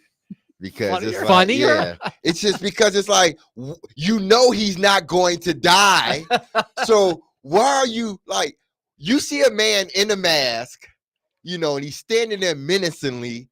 And when the lights go out and it comes back on, he's nowhere to be found. And then when the lights go out and come back on, he's like 8 feet from you, but you still talking to him as if, hey, buddy, what's going on? I'm sorry for being in your yard. No, let me get the hell up out of here. They just do stupid things in horror movies. That Part of the show. Yeah, it's part of it. It's like so- that commercial now. Like, why don't we just get Exactly. into the car? No, let's go over here where the chainsaws are. Exactly. Chainsaws. Yeah. The car's So- right there Yeah, running. it's Like, right why there, are we it's going running. there? Absolutely. No, So my go-to right around this time of year is Halloween. You cannot beat that, whether it be the first original one or the remakes they've made since then. And that would be considered a slasher. Yeah, I That's guess a slasher. kind of, yeah, slasher. Sort of, yeah, that's a slasher. And then Insidious. Ooh, I like Insidious. That's really good. That's more of a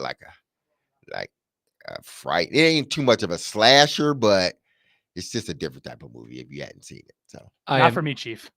you can't watch it. I am not into horror movies. I It's love horror movies. just not for me. I'll stick to all of the Disney movies I watch with my son. Those are perfectly fine with me.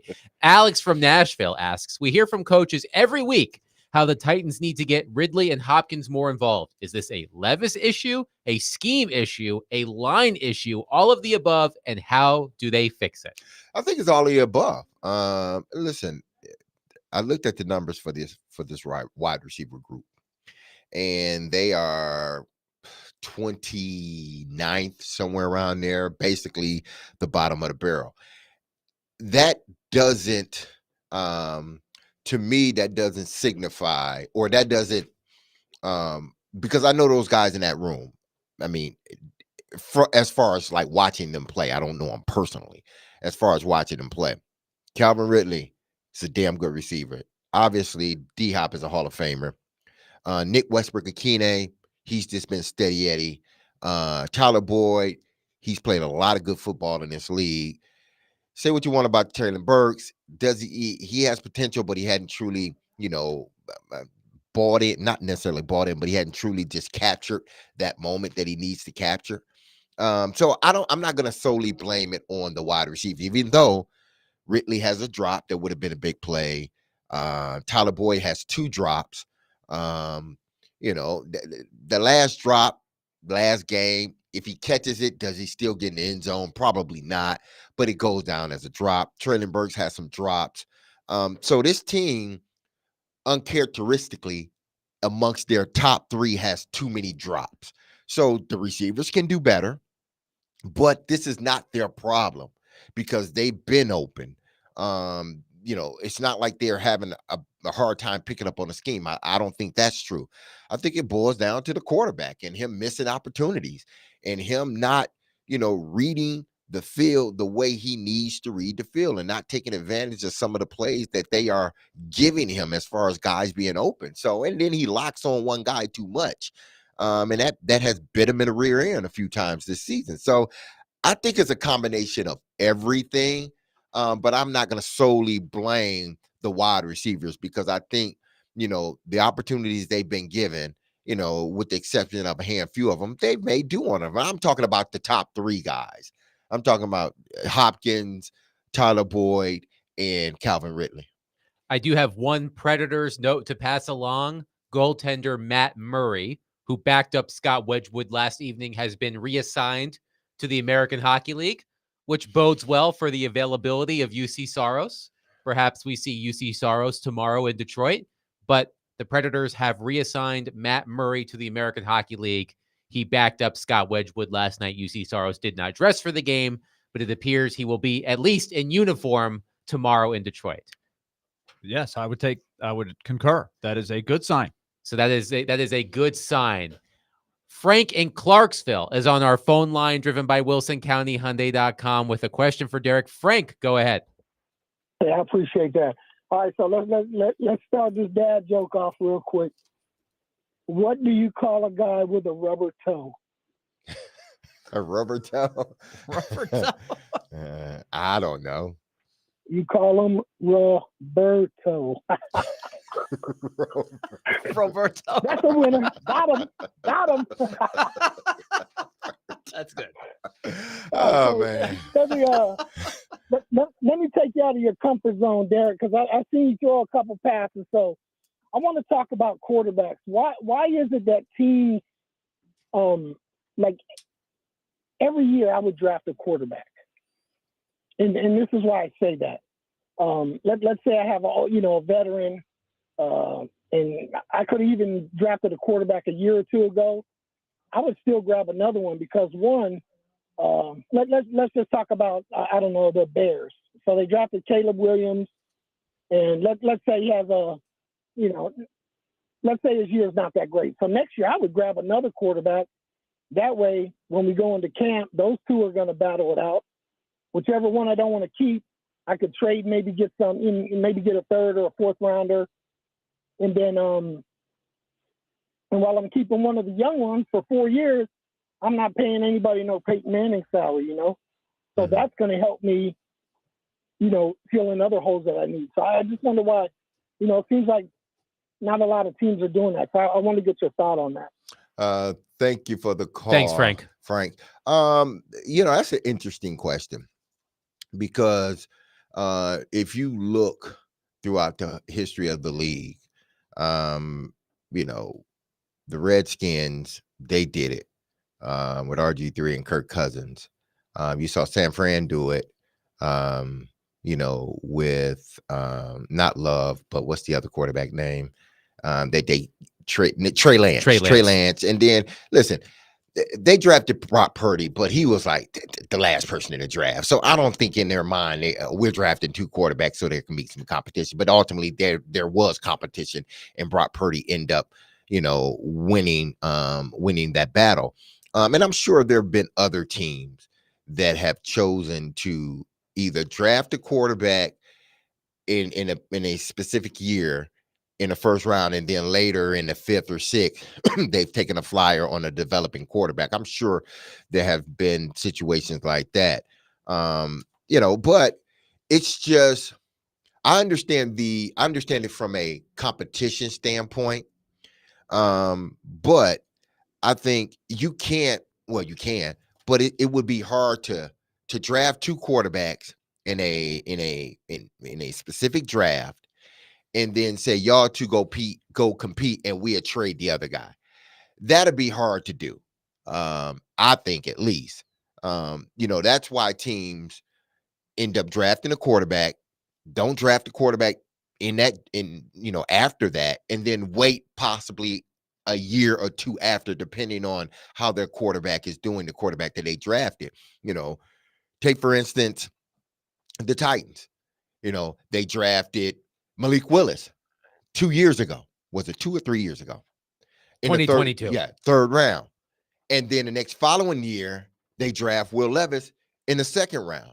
Well, I think they did that because they saw what they didn't have in Malik Willis and how much of a project it was going to be. So they went back the next following year and said, we need to get a guy that's a little bit more advanced. We don't have to spend a first round draft pick on him, but we need to get somebody that's a little bit further along in the process. And they went and got Will Levis. Now, as it turned out, it seems like Malik Willis is a little bit further ahead than what they thought he was going to be. But now he's on the Green Bay Packers. And it seems like Will Levis isn't as far as they thought he was as a quarterback. So what do? Do you go back next year and you draft another quarterback? I don't know. Maybe they will have to. Because, again, this is not Brian Callahan's guy. He didn't scout him for the Titans, and he didn't say, hey, you need to draft him because I'm going to be your head coach next year. No, this is Aran Carthon, Amy Adams. This is their decision. Everybody in the front office, So now Brian Callahan has to work with the team he's been given, so to speak, or the team he chose to head up now. But make no mistake, if this isn't working out or if he sees it, then they're going to be in this same situation next year heading into the draft. Do we draft another quarterback? It would be the third year in a row that you have potentially drafted a quarterback in the first 3 rounds. Or you say, let's just ride with them, bring another veteran guy in here, guy that's going to really push Will Levis, and let's do it that way. I don't know what they're going to do, but, make no mistake about it. If Will Levis isn't working out, that is going to be a decision they're going to have to make another year at that position. 615-737-1025. We'll continue Ask D Mace because we have a lot of questions. Remember, the best question, as determined by Derek, will win the second pair of Predators tickets we have to give away today for their home game on Tuesday against the Seattle Kraken. We'll take your calls and texts. 615-737-1025. Willie Donick, Derek Mason, Adam Vingan, 1025-1063. The Game.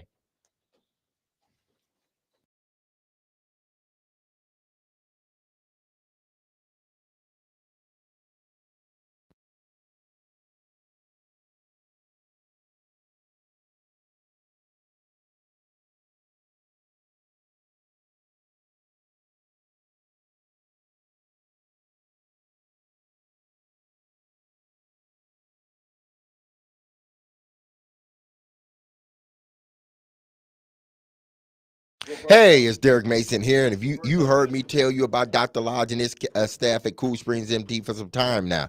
If you have set out to lose weight, chances are it's not your first time setting a resolution to shed some extra pounds, only to come up a few pounds short. But at Cool Springs MD, Dr. Lodge and his team understands the frustration of this cycle, and that is why they offer a different approach to weight loss. Their comprehensive weight loss program is led by Dr. Jeffrey Lodge and addresses the root cause of weight gain with tailored nutrition, exercise, blood test supplements, and more. They will customize a program specific to you, people. So connect with Dr. Lodge and CoolSpringsMD.com today to schedule your appointment for a personalized weight loss plan just for you. That's Cool Springs MD, where your weight loss journey becomes a success story.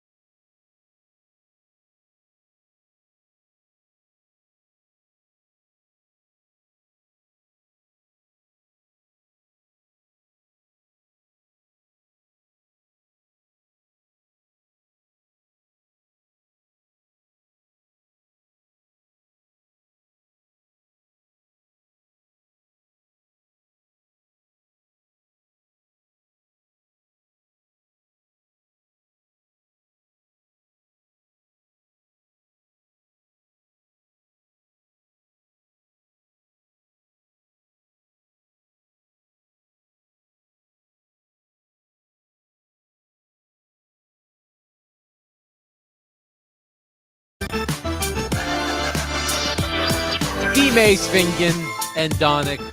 Well, right now it's just D-Mace and Vingan. Willie has departed. He has a plane to catch. The Nashville Predators are in Detroit tomorrow night. Motor City. The Bally Sports crew will be on the call for the first time this season, so you can hear Willie Donick call the game tomorrow night in Detroit against the Red Wings. A Predators note to pass along, as I said in the previous segment, the Predators have assigned goaltender Matt Murray, who backed up Scott Wedgwood last night, to the American Hockey League, which means good news for UC Saros' availability. Perhaps UC Saros will make his first start of the season tomorrow in Detroit, but we will find out tomorrow. But again, speaking of the Predators, if you have the best question for D Mace, at the end of this segment, I will give away a pair of those tickets for the Predators game against the Kraken on Tuesday. Dean is on our phone line, driven by WilsonCountyHyundai.com, with a question for Derek. Dean, go ahead. Yes. Go ahead, Dean. Do you know who the Pocket Rocket is? No, I don't know who that is. That is Henry Richard, which was the brother of Maurice Rocket Richard. Yes. Yes. Do you know how many Stanley Cups the Pocket Rocket won as a player? Multiple, I know, but I don't know the exact number.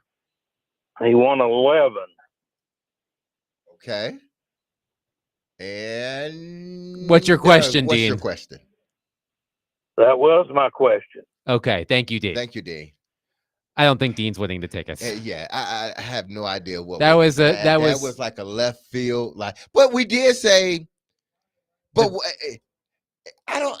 It was a question. I give Dean that. It was a question. Yes. Yes, it was. It was a question. Yes. And speaking of questions, here is one from Cal in East Nashville. Shout out East Nashville, my neck of the woods. East Nasty. If you could go back in time, Derek, what do you wish you could say to what would you wish you could say to a reporter's question that you knew you couldn't answer in that moment? There are no consequences to what you say, and you will be applauded for your honesty. I would just say I can't answer that question. I decline to answer that question. Next question. I mean, I've done it before, like questions that, about, say, the team or, something like that. It's like, no, I don't want to, next question. But I think the question that Cal is asking is, in one of those moments where you were asked a question where you said no comment, next question, but you answered it truthfully, and you were applauded for being forthright with the answer.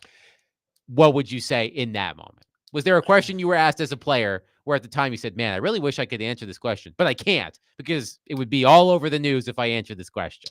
Not necessarily if I answered it, but is how I answer it, because every question I think has an answer, but it just depends on how you answer that question and whether that person feels that the answer you're giving is suffice. Is it good enough for the person that is asking a question? Is my response good enough for them? So I honestly, I don't think there's been a question that I have not answered honestly. And we're talking honestly, I'm saying at that particular moment, what I was honestly feeling at that particular moment. I think I have. That's one thing that I do believe, that any reporter that had covered me, whether it be here in Nashville or in Baltimore, I can say that I answered, when they came to me with a question, I answered it truthfully. And I didn't try to, circumvent it. I didn't try to beat around the bush. I just answered it directly. Now, I'm not going to throw anybody under the bus either, but I'm going to answer it in a way that hopefully I am giving you what you want. But if you're trying to dig for more, then I can't go there. You see what I'm saying? Adam, because I know how reporters can be sometimes, and journalists, and they're just doing their job. They want a little bit more. And it's like, well, I gave you basically what it is. Now, you want me to go a little bit deeper than that? Nah, I'm not going to do that, because then if I do that, then where does it end? You know, and you end up saying something that becomes, you know, bulletin board material or becomes a talking point within a locker room. Les is on our phone line, driven by WilsonCountyHyundai.com, with a question for Derek. Les, go ahead. Oh, guys, you know I got to come with the dad joke. Let's do it. Let's hear it. Did you know that your pupils are the last part to stop working when you die? And did you know why? I don't. They die late. I like that one. I like that one. I figured I'd get a kick out of you for that, man. I like that. So my question's kind of weird, but I asked y'all this a while back, and I think Willie shot it down with some really good points. Mm-hmm. But now that we're a little bit past that, I'm going to ask it again and give you some context. But so a while back when Derrick Henry was interviewed and he left, he had made the comment that he heard Rand's vision for the team and he was not on board with it. And that was why he ultimately decided that he wanted to go. Whether that's right or wrong, do you think that he kind of just saw that this team was about to have this downward spiral and he heard what Rand's plan was to fix it? And that's why he said, you know what, dude, you got it, coach. I'm out. Like, I don't want anything to do with this. And that's why he gave his speech. So I don't think everybody from the Titans organization gave up on Derrick Henry. I think Rand Carzon tried to convince everybody in the organization that he was washed up and we didn't need him, since he was just trying to make a bold move, a statement move to show that he was a good GM. And I think it backfired. I just want y'all's opinion on that. Am I crazy for thinking that? Thanks, Les. Thank Derek you. is less crazy.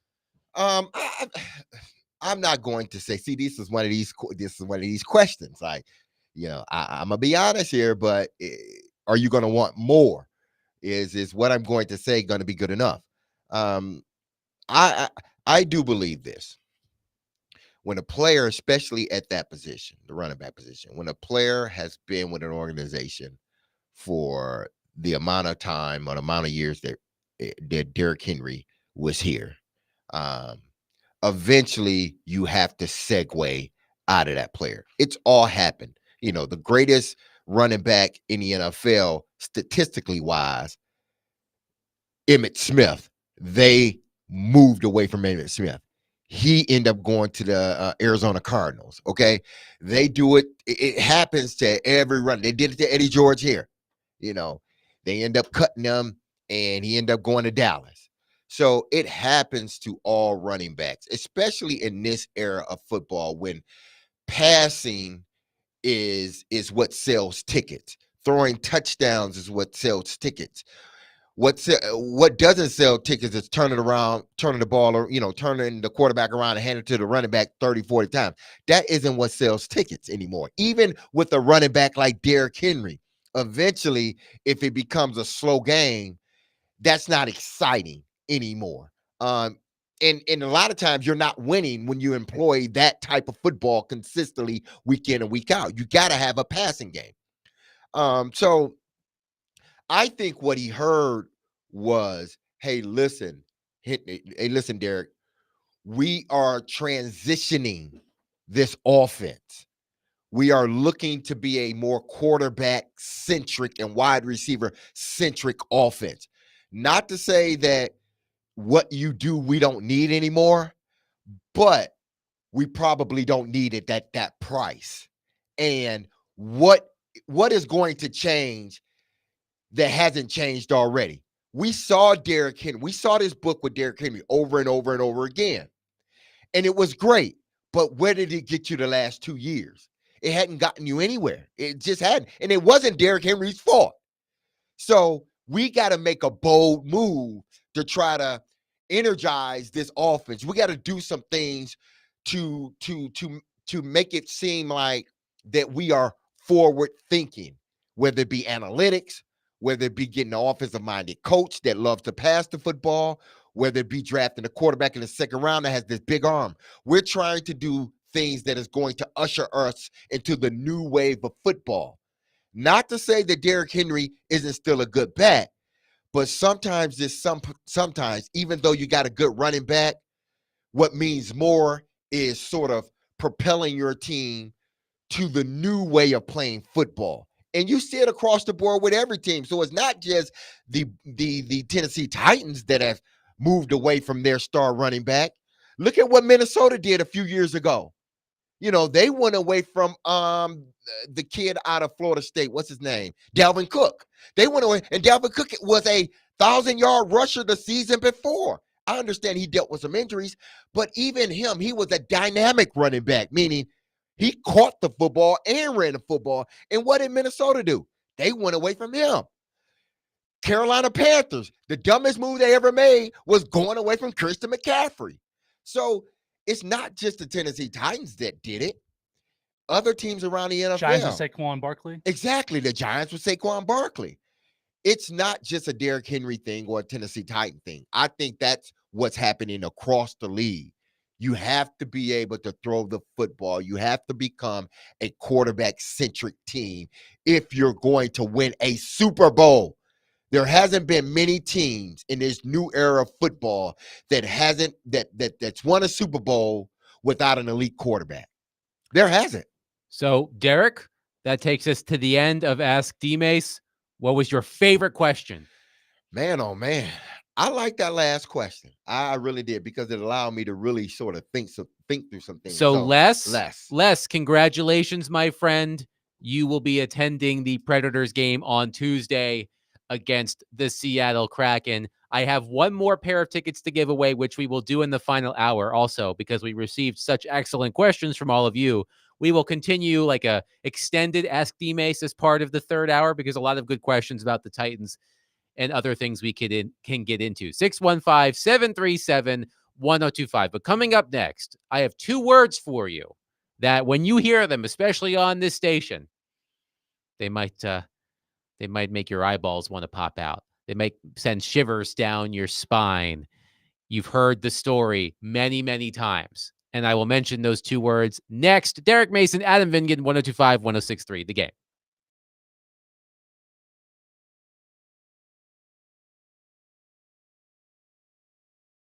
Derek Mason here, and if you injured yourself in a motorcycle accident, go to lawtigers.com for your free case evaluation. Even if your accident was months ago, people, you have nothing to lose by calling Law Tigers. Insurance companies want to pay out as little as possible, or frankly, nothing at all. Law Tigers make sure you get the compensation you deserve and doesn't get paid until your case has been settled. They understand how much your bike gear is worth to you and how much it means to you. Okay, so they will help you get it all repaired, or better yet, get it replaced. Law Tigers, the resource the motorcycle community turns to when in need. So whether it's to support events or they see you broken down on the side of the road, with Law Tigers, you never ride alone. So call 1-800-LAW-TIGERS or visit their website at lawtigers.com. That's Law Tigers, which is powered by Freeman Infusion. And you can find them in Nashville, located at 2126 21st Ave South. That's Law Tigers, Tennessee's motorcycle lawyers.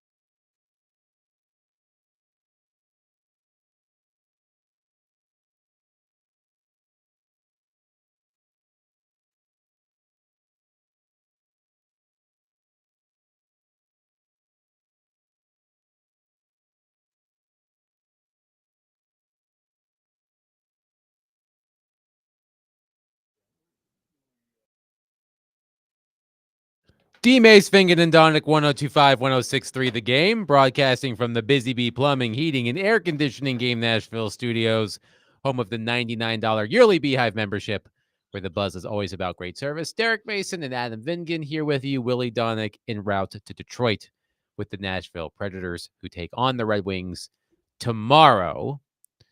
UC Saros could be in net for the Predators tomorrow. I'm sure a lot of Predators fans would like to see that after Scott Wedgwood had a rough night in the Predators' 4-3 loss to the Dallas Stars last night in the season opener. I want to make one quick correction. It wasn't it wasn't Les. It was Wes. Our bad, Wes. Wes, who asked the final question of Ask D. Mace, wins the pair of Predators tickets to see the team take on the Kraken on Tuesday. We have one pair left. So listen, between now and the end of the show, you will have one more opportunity to win a pair of tickets to see the Nashville Predators at home on Tuesday against the Seattle Kraken. But I teased this before the break. People have already texted in. They know what two words I'm going to mention. Right tackle.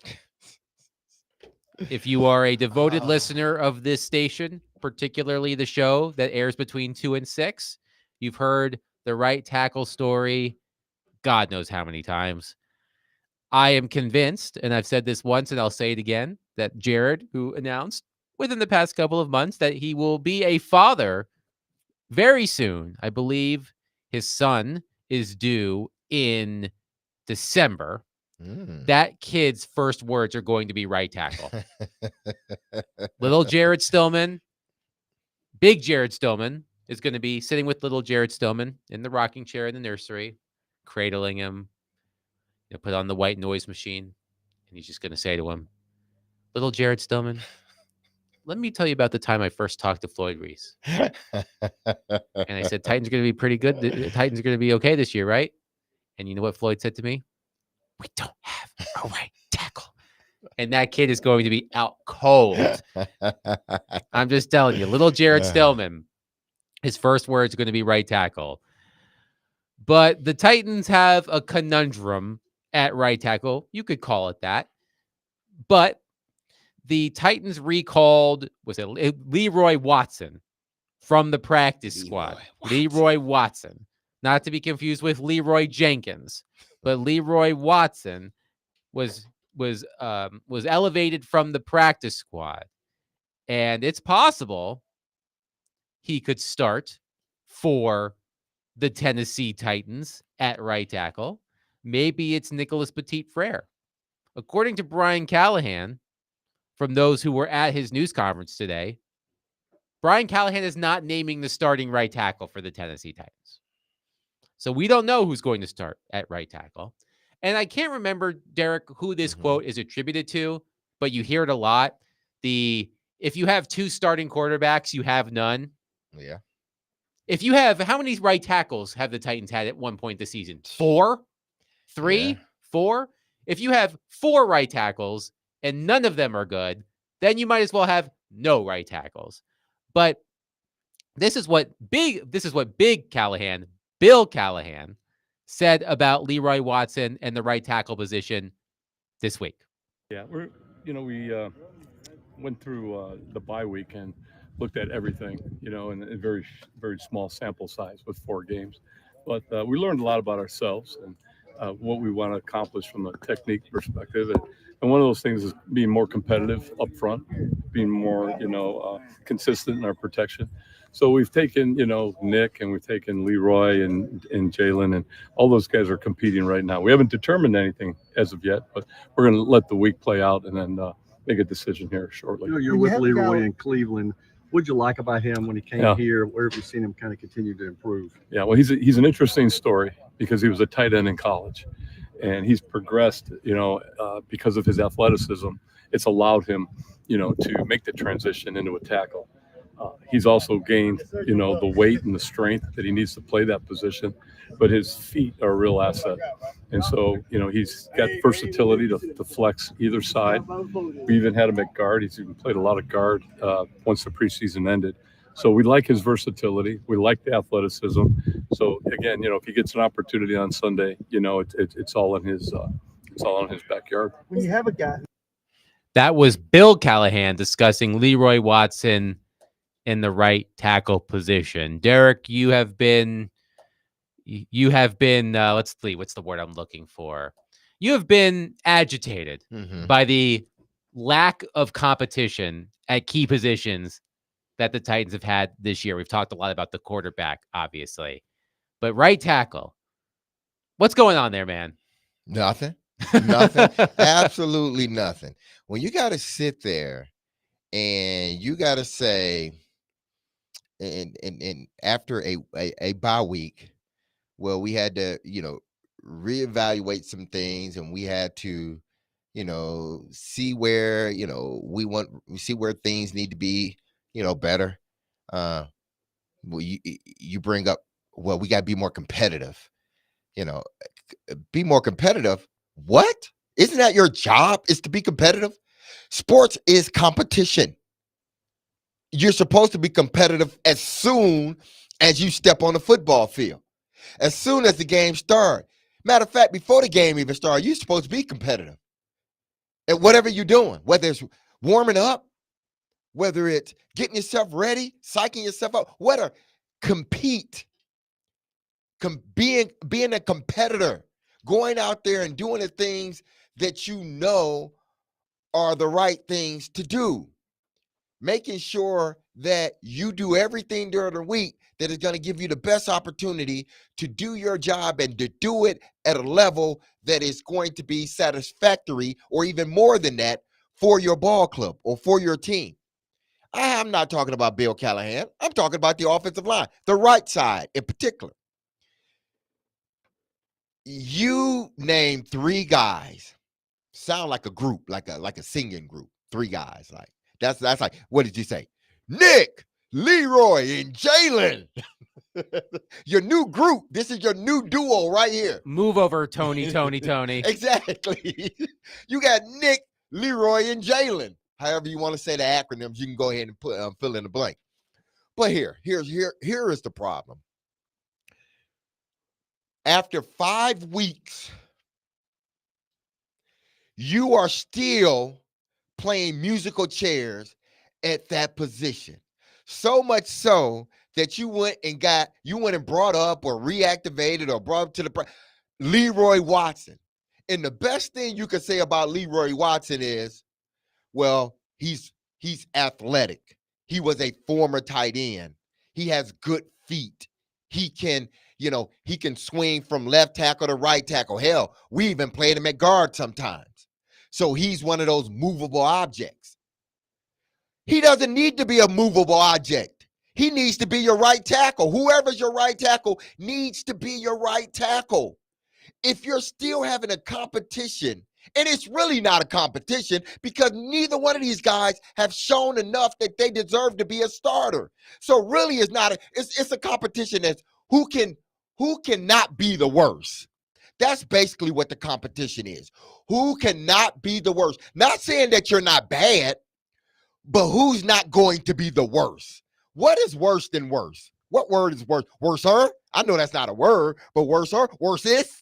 I'm making up words now. Worst is the worst. Yeah, the worst is the worst is bad, worse. Worstest is? I'm making up words because that's how it is. Isn't that a sauce? Worcestershire? Yeah, Worcestershire sauce. Yes. Yes. But I know I'm making light of it.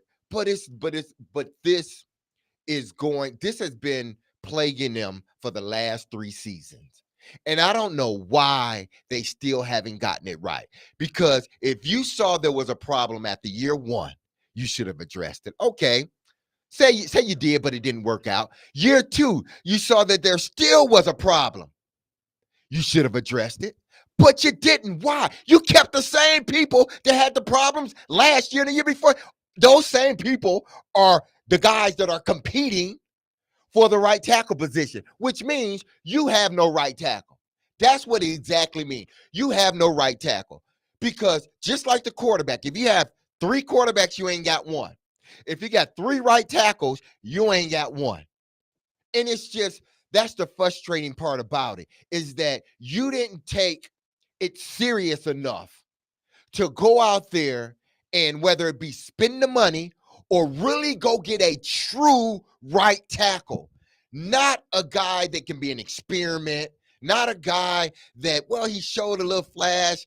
Well, maybe he can get a little better. Not a converted tight end.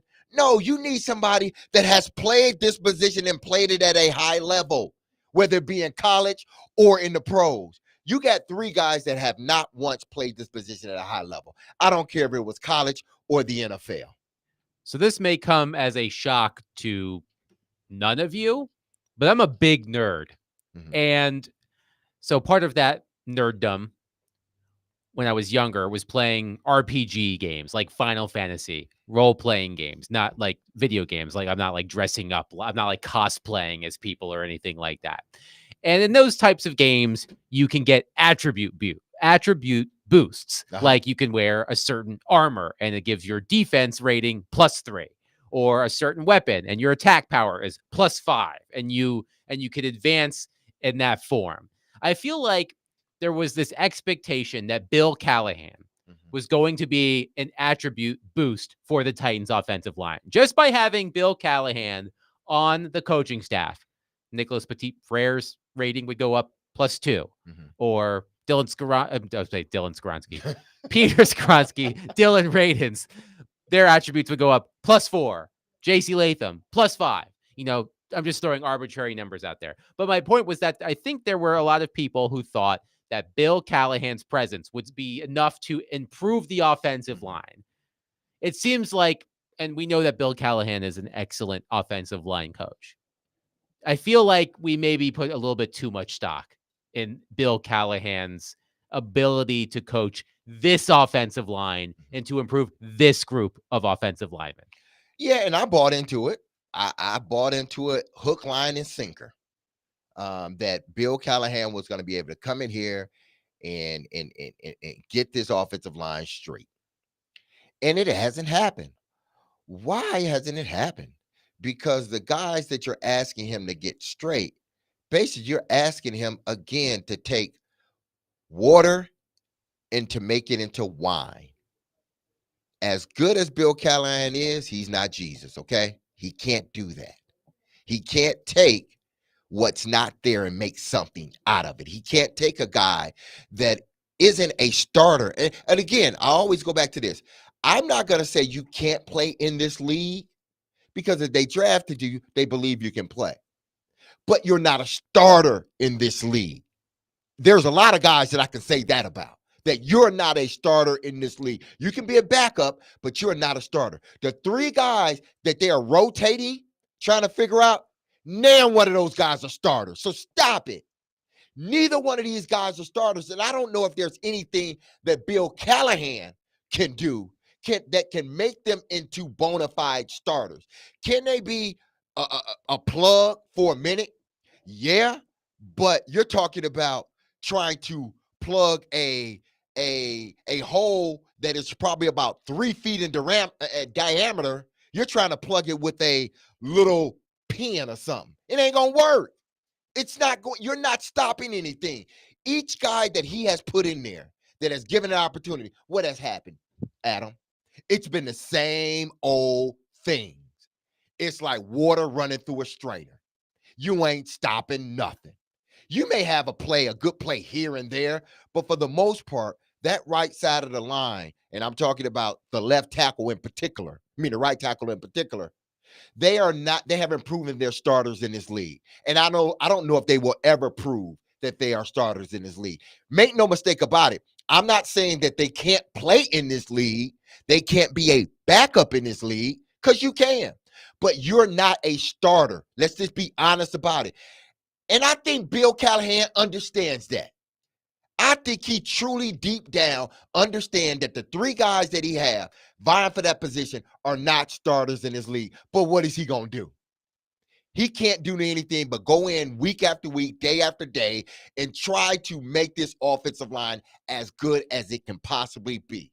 But you can't do it when you have 3 guys that are not starters in this league. They're backup players.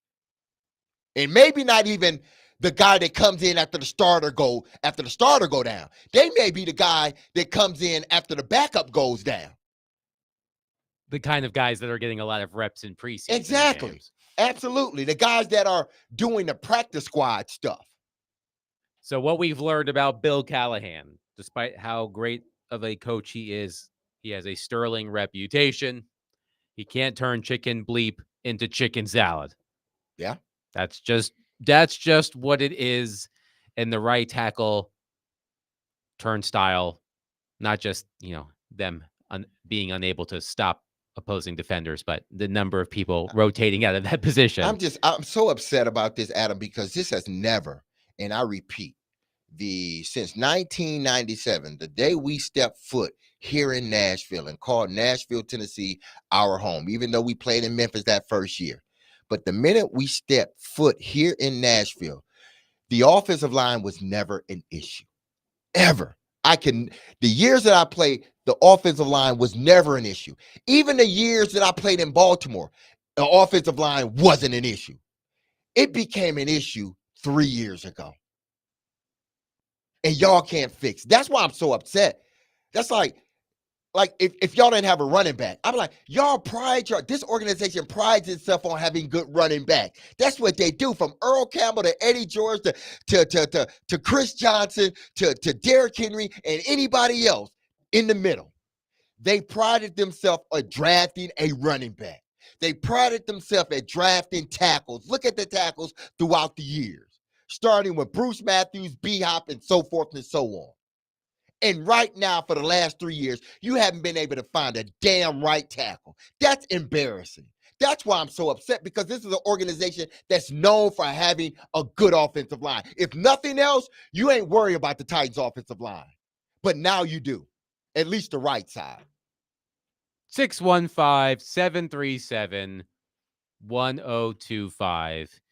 We have very strong thoughts about the right tackle position on this station. 615-737-1025. And you can listen to Jared Stillman, Derek Mason, and Chris Sanders probably talk about the right tackle position and more at John Bon Jovi's Nashville this Sunday for the pregame show from 9:30 to 11:30. They will break down the Titans' Week 6 matchup against the Colts and give you the latest updates before the game. The pregame show is presented by Parman Tractor and Equipment, Sun Deck Nashville, Sloan's Motorcycle ATV, an award-winning Blue Note Juke Joint, and Blue Note Crossroads Bourbon.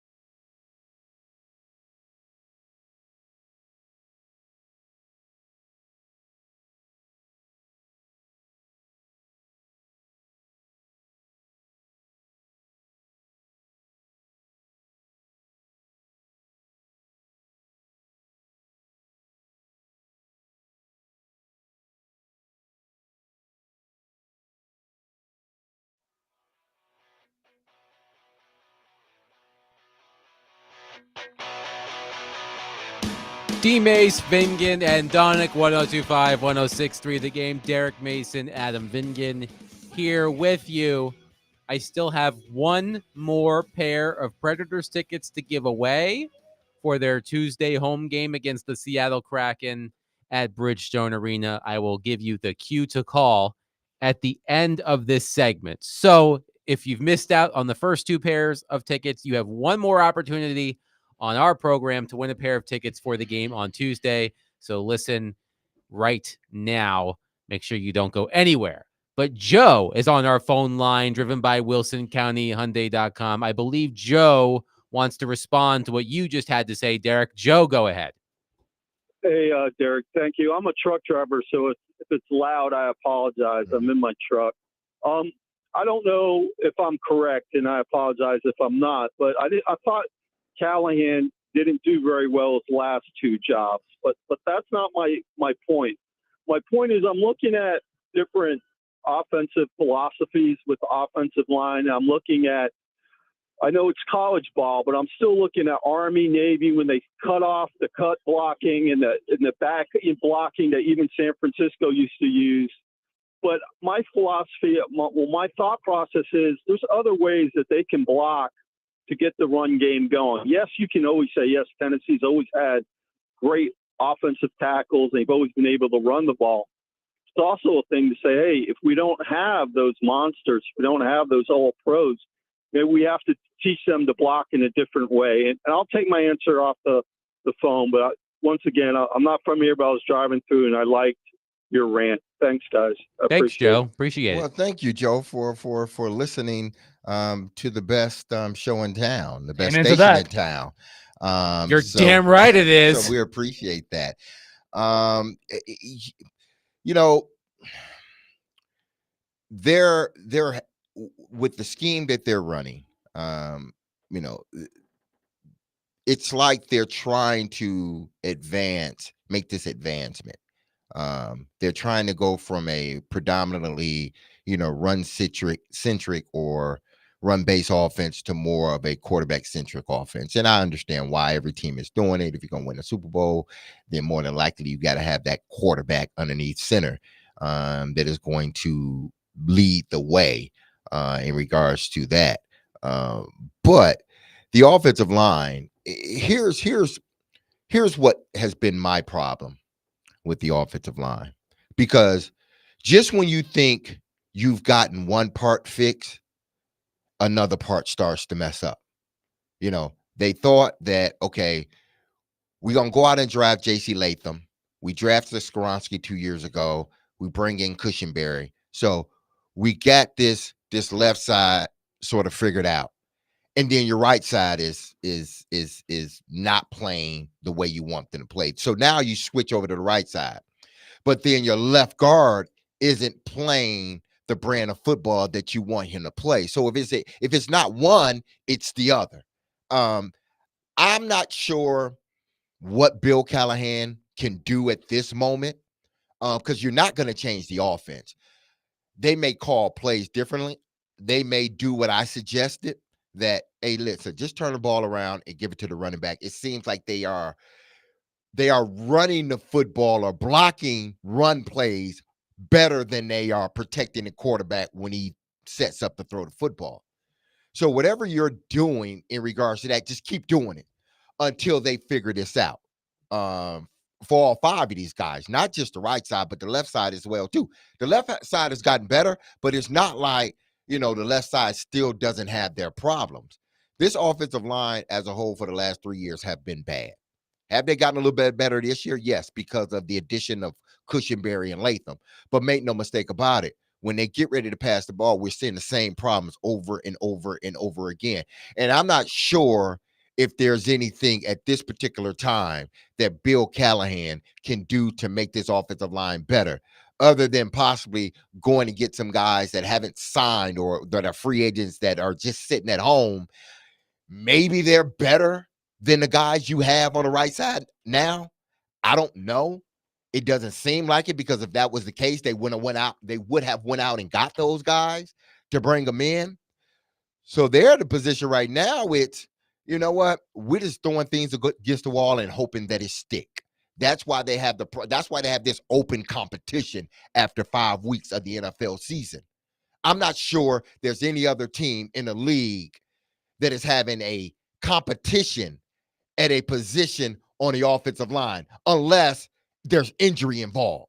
But if there's no injury involved, teams typically is like, oh, listen, we're going to, whatever problems we have, we're going to work it out with the 5 we have, because we can't keep, we can't make this a musical chairs. We can't keep rotating guys in and out, because when you do that, what happens? You can't build any continuity. So the 2 problems they have is, one, it's glaring. They're not good on the right side.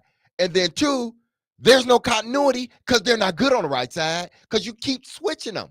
So you're never going to fix this problem. You're never going to fix this problem. You're trying to fix a leak with Scotch tape. You can't do it. And I don't know what you can do. So that's the dilemma they're in. That's why I said there's nothing Bill Callahan at this particular time can do unless these guys just figure it out on their own.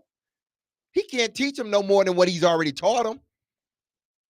I don't have a lot of faith in their ability to figure it out for the reasons you laid out. I would have to imagine, this is a completely anecdotal because I haven't looked at every other offensive line situation in the NFL. I'm pretty confident in saying that the Titans may be the only one that are still trying to figure out right tackle for the purpose of, we don't know what to do with that position. Not, as you said, because someone's injured, we need to find someone who can fill in for an injured starter. It's, well, we're just going to keep trotting certain guys out there until one of them hopefully figures it out. Yeah, and at this point, because I know he talked about Leroy Watson and him being a former tight end, and but these are projects. You don't need projects on the right side of the line. You need guys that can play. Oh, and then I forgot, I left out Taylor Lewan. Excuse me. I left out Taylor Lewan as far as, guys that have been at that position and done a hell of a job. So you go from Taylor, Brad Hopkins, Bruce Matthews, all those guys that play the tackle position, left or right. They've done an excellent job up until the last 3 years. Conklin, all these guys. They've done an excellent job up until the last 3 years, and I don't know what's going on. But this is not something you can fix. It's not. I am telling people, the right side of the offensive line, it's not going to get fixed. 2 reasons I've already told you 2 minutes ago. 1, because they don't have a right tackle. They don't have a start. And 2, there's no continuity. And there never will be continuity because you feel every week we got whoever plays well that week of practice. Just think about that, Adam. Whoever plays well that week, because that's what they're saying. Whoever plays well that week, you will be the starter. How much continuity can you build? So if I'm dealing ratings at the right guard position, I'm like, every week is somebody different. Every rep in practice or every 4 reps in practice is somebody different. How can I get used to the guy next to me? So not only do you not have a right tackle, but you're making your right guard worse because he has nobody to depend on other than the center. Mark in Nashville is on our phone line, driven by WilsonCountyHyundai.com. Mark, go ahead. Hey, what's up, my guy? What's going on? Mark, it's been a minute. How you doing? Yeah, I'm doing okay. Yeah, I'm back. Been a little out of service here. Been trying to get over some injuries and stuff. Okay, Adam, well, but you know I what, hope you're man? healthy now, man. Yeah, I'm healthy. And D-Mays. So D-Mays, I'm gonna start calling you Craig Lee Dollar, man. You're preaching. You've been preaching all week, Craig Lee. You've been preaching, man. And everything you saying, is true, man, about what you're saying about the offensive line. I always thought D-Mays, when they had the 8th pick and took Sharonsky, I would have traded back and established multiple picks. That was the reason I was saying that they needed more than an offensive guard, left tackle. They needed a right tackle then. This year they could have done the same thing, but they didn't. And there's no excuse for that being a problem with them as far as having a right tackle or whatnot. And before I go at them, I wanted to tell you something, man. I'm proud of you, dude. You got your big boy job. You're doing well. You with some good guys there and stuff. I'm proud of you, man. I wanted to congratulate you on that. Thanks, Mark. Appreciate it. Hey, where's Willie at? Willie is on his way with the Predators to Detroit because the Predators play in Detroit. So he is not in the studio, but we will pass along your message to Willie if you have one. Yeah, tell Willie when he come back, we're looking at D-Mace. Don't get mad at me for saying Detroit's out of it. But we're looking at an all New York Subway Series. I like the Yankees, but the Reds are my team. We're sorry, but hopefully Francona does something with us. But at the same time, New York Mets in 6, they'll defeat the Yankees, and they'll bring the first World Series to Flushing Meadow, New York. Go Mets. Y'all have a good weekend, man. All right, Mark. You too. No, Will. I'm glad Willie did. He didn't want to hear it. Willie don't want to hear it. Did you hear Willie yesterday when we were doing our Predators questions, and I wanted a round they were going to, and he was like, I can't say. I can't say. No, you got to say. Hey, listen, Mark, don't count my Tigers out either. I know they lost yesterday. The series is tied 2-2. The game time for that game, by the way, has changed again. I Has it? believe it has changed 3 times. They're in Cleveland, right? They are in Cleveland. I believe, like I said, I think, yes, it has now been the Tiger. This is from Bob Nightingale of USA Today. The Tigers Guardians have now set the MLB postseason record. I don't know if that's true or not, by having 3 different start times in 12 hours. It was originally at 4 Eastern Saturday. It was moved to 8 when the Yankees clinched the ALDS, and now it is moved to 1 because of bad weather coming to Cleveland. So now Game 5, Tigers Guardians at 1 tomorrow, 1 Eastern, noon Central. Well, that means we get to kick their butts earlier. That's all that means. You know. But again, I go back to it's sort of this trickle down effect. And everything stems from the right tackle. And he's right. When they drafted Peter Skoronski, I am going to be honest. I said, listen, give the guy a chance. You know, he's not a tackle. He's a guard, but give him a chance to play the guard position. And everybody was screaming they needed a left tackle. And you were right. They needed a left tackle, but hopefully they've got their left tackle now with J.C. Latham. Maybe it was just a year too late. I mean, not a year too late, but a year later, where they probably should have addressed the right tackle position rather than the left guard position. But it is what it is. I'm not sure that even with the tutelage of Bill Callahan, I still don't think that right side, in particular, the right tackle, is going to work out for the Tennessee Titans the way they want it to work out.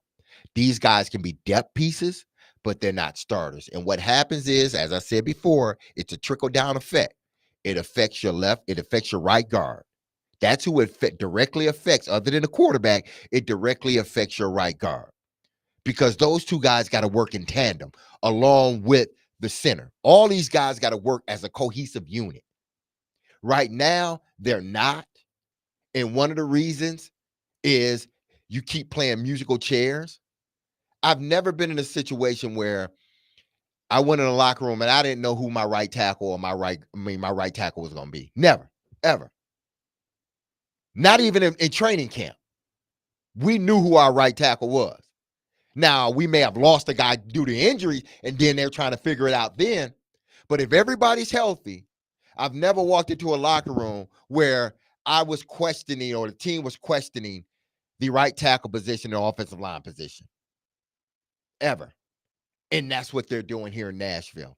And it's not going to work out well because they have no one that can play that position at a high level. I'm not saying they don't have no one that can play that position. They just have no one that can be a starter in this league. Nicholas, Leroy, and Jalen, they're good enough to play in the league. Yes, they are. I'm not gonna, disrespect them like that. They're good enough to play in the NFL. But there's a difference between good enough to play in the NFL and good enough to be a starter. Right now, and I don't think it's going to change, these 3 guys that they keep playing musical chairs with, they're not good enough to be starters in this league. 615-737-1025. If you are caller number 4 will win the final pair of Predators tickets for their home game against the Kraken on Tuesday. Caller number 4 at 615-737-1025. We will take it to the bank. Coming up next, Derek Mason, Adam Vingan, 1025-106.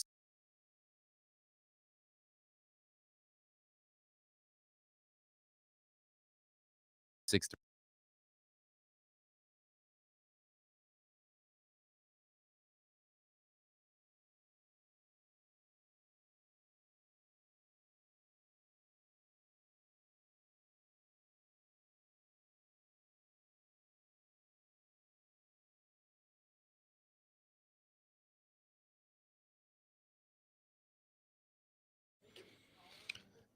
Mason here, and if you injured yourself in a motorcycle accident, go to lawtigers.com for your free case evaluation. Even if your accident was months ago, you have nothing to lose by calling Law Tigers.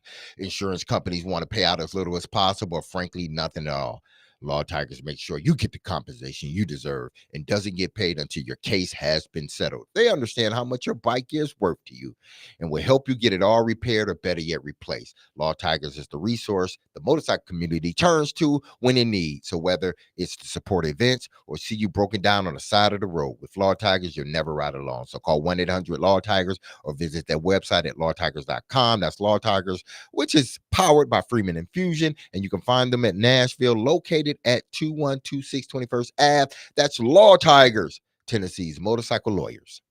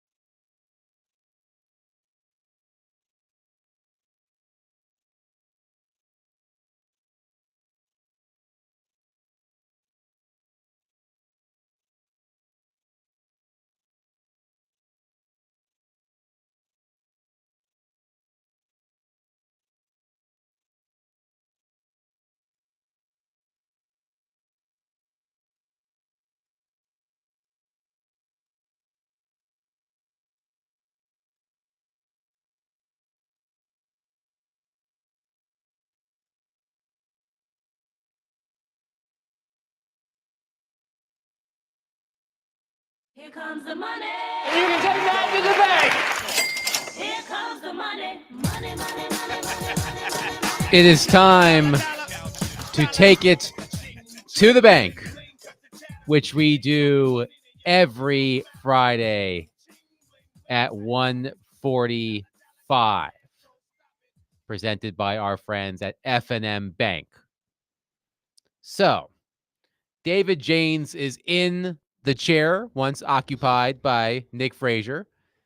David, I'm sure Nick has filled you in on his weird scoring system. Yes, I have the mathematical formula that he has to be able to score these games. Okay, that's very good. All right, so let's review our picks from last week. So Willie, he had the Jags -3. It looks like, I believe that was correct. I think that looks like that's what it was an okay. And then Bengals +2.5. Go Baltimore Ravens, baby, with a score of 4 points. D-Mace, you had Tigers game 1 win. Unfortunately, that didn't happen. So sorry, bud. No. And 2 home runs. At least there was 1 home run, so you got half a point for that one. Okay. And then I believe it looks like Diego to score a touchdown. I think 92-yard touchdown. That didn't happen. It was a rushing touchdown. Mm-hmm. And then Henry to 100 rushing yards. That also didn't happen. But the Aces won, so Yes. that you got points for that. So it's 3 points. Adam, you had Diggs touchdown. Unfortunately, that didn't happen. The Jags did win, though, so that's a point right there. Vandy did cover, and Stamkos didn't get a goal, so that didn't happen. So how But many points do I get? you get 5. Hot diggity. There you go. All right. And Nick, oh man, Nick had a day. Vandy win outright. That's check. Tennessee win. That obviously didn't happen. And then NBA, they did win, so he got a point right there. And so he had a total of 8 points right there. He should have got a 10-pointer for that. Honestly, yeah, that's what I would have done. I would have given him 10 points, but that's his scoring system, Okay. so I had to live by his. All right. So quickly, let's go through our picks out for Take It to the Bank, presented by F&M Bank. Banking made easy on purpose. I'll go through mine quickly. I'm going to go back to the well. The one thing I do every week, and it works like a charm. Will Levis will commit at least 1 turnover versus the Indianapolis Colts. Works every week. Will Levis, 1 turnover against the Colts. Tony Pollard will rush for at least 100 yards against the Colts. They've given up 159 yards to Joe Mixon, 151 yards to Josh Jacobs, and 101 yards to Tank Bigsby on the ground. So Tony Pollard will join the 100-yard against the Colts club on the ground. The Volunteers will defeat Florida by at least 17 points. They will rebound from their loss against Arkansas. And Derek's Tigers will win tomorrow and advance to the ALCS to take on the New York Yankees. Okay, I like that. All right, then. For me, I predict a Chigakonkwo touchdown. So that's 1. A Tony Pollard touchdown. And I predict that Will Levis will throw at least 1 touchdown. So there we go.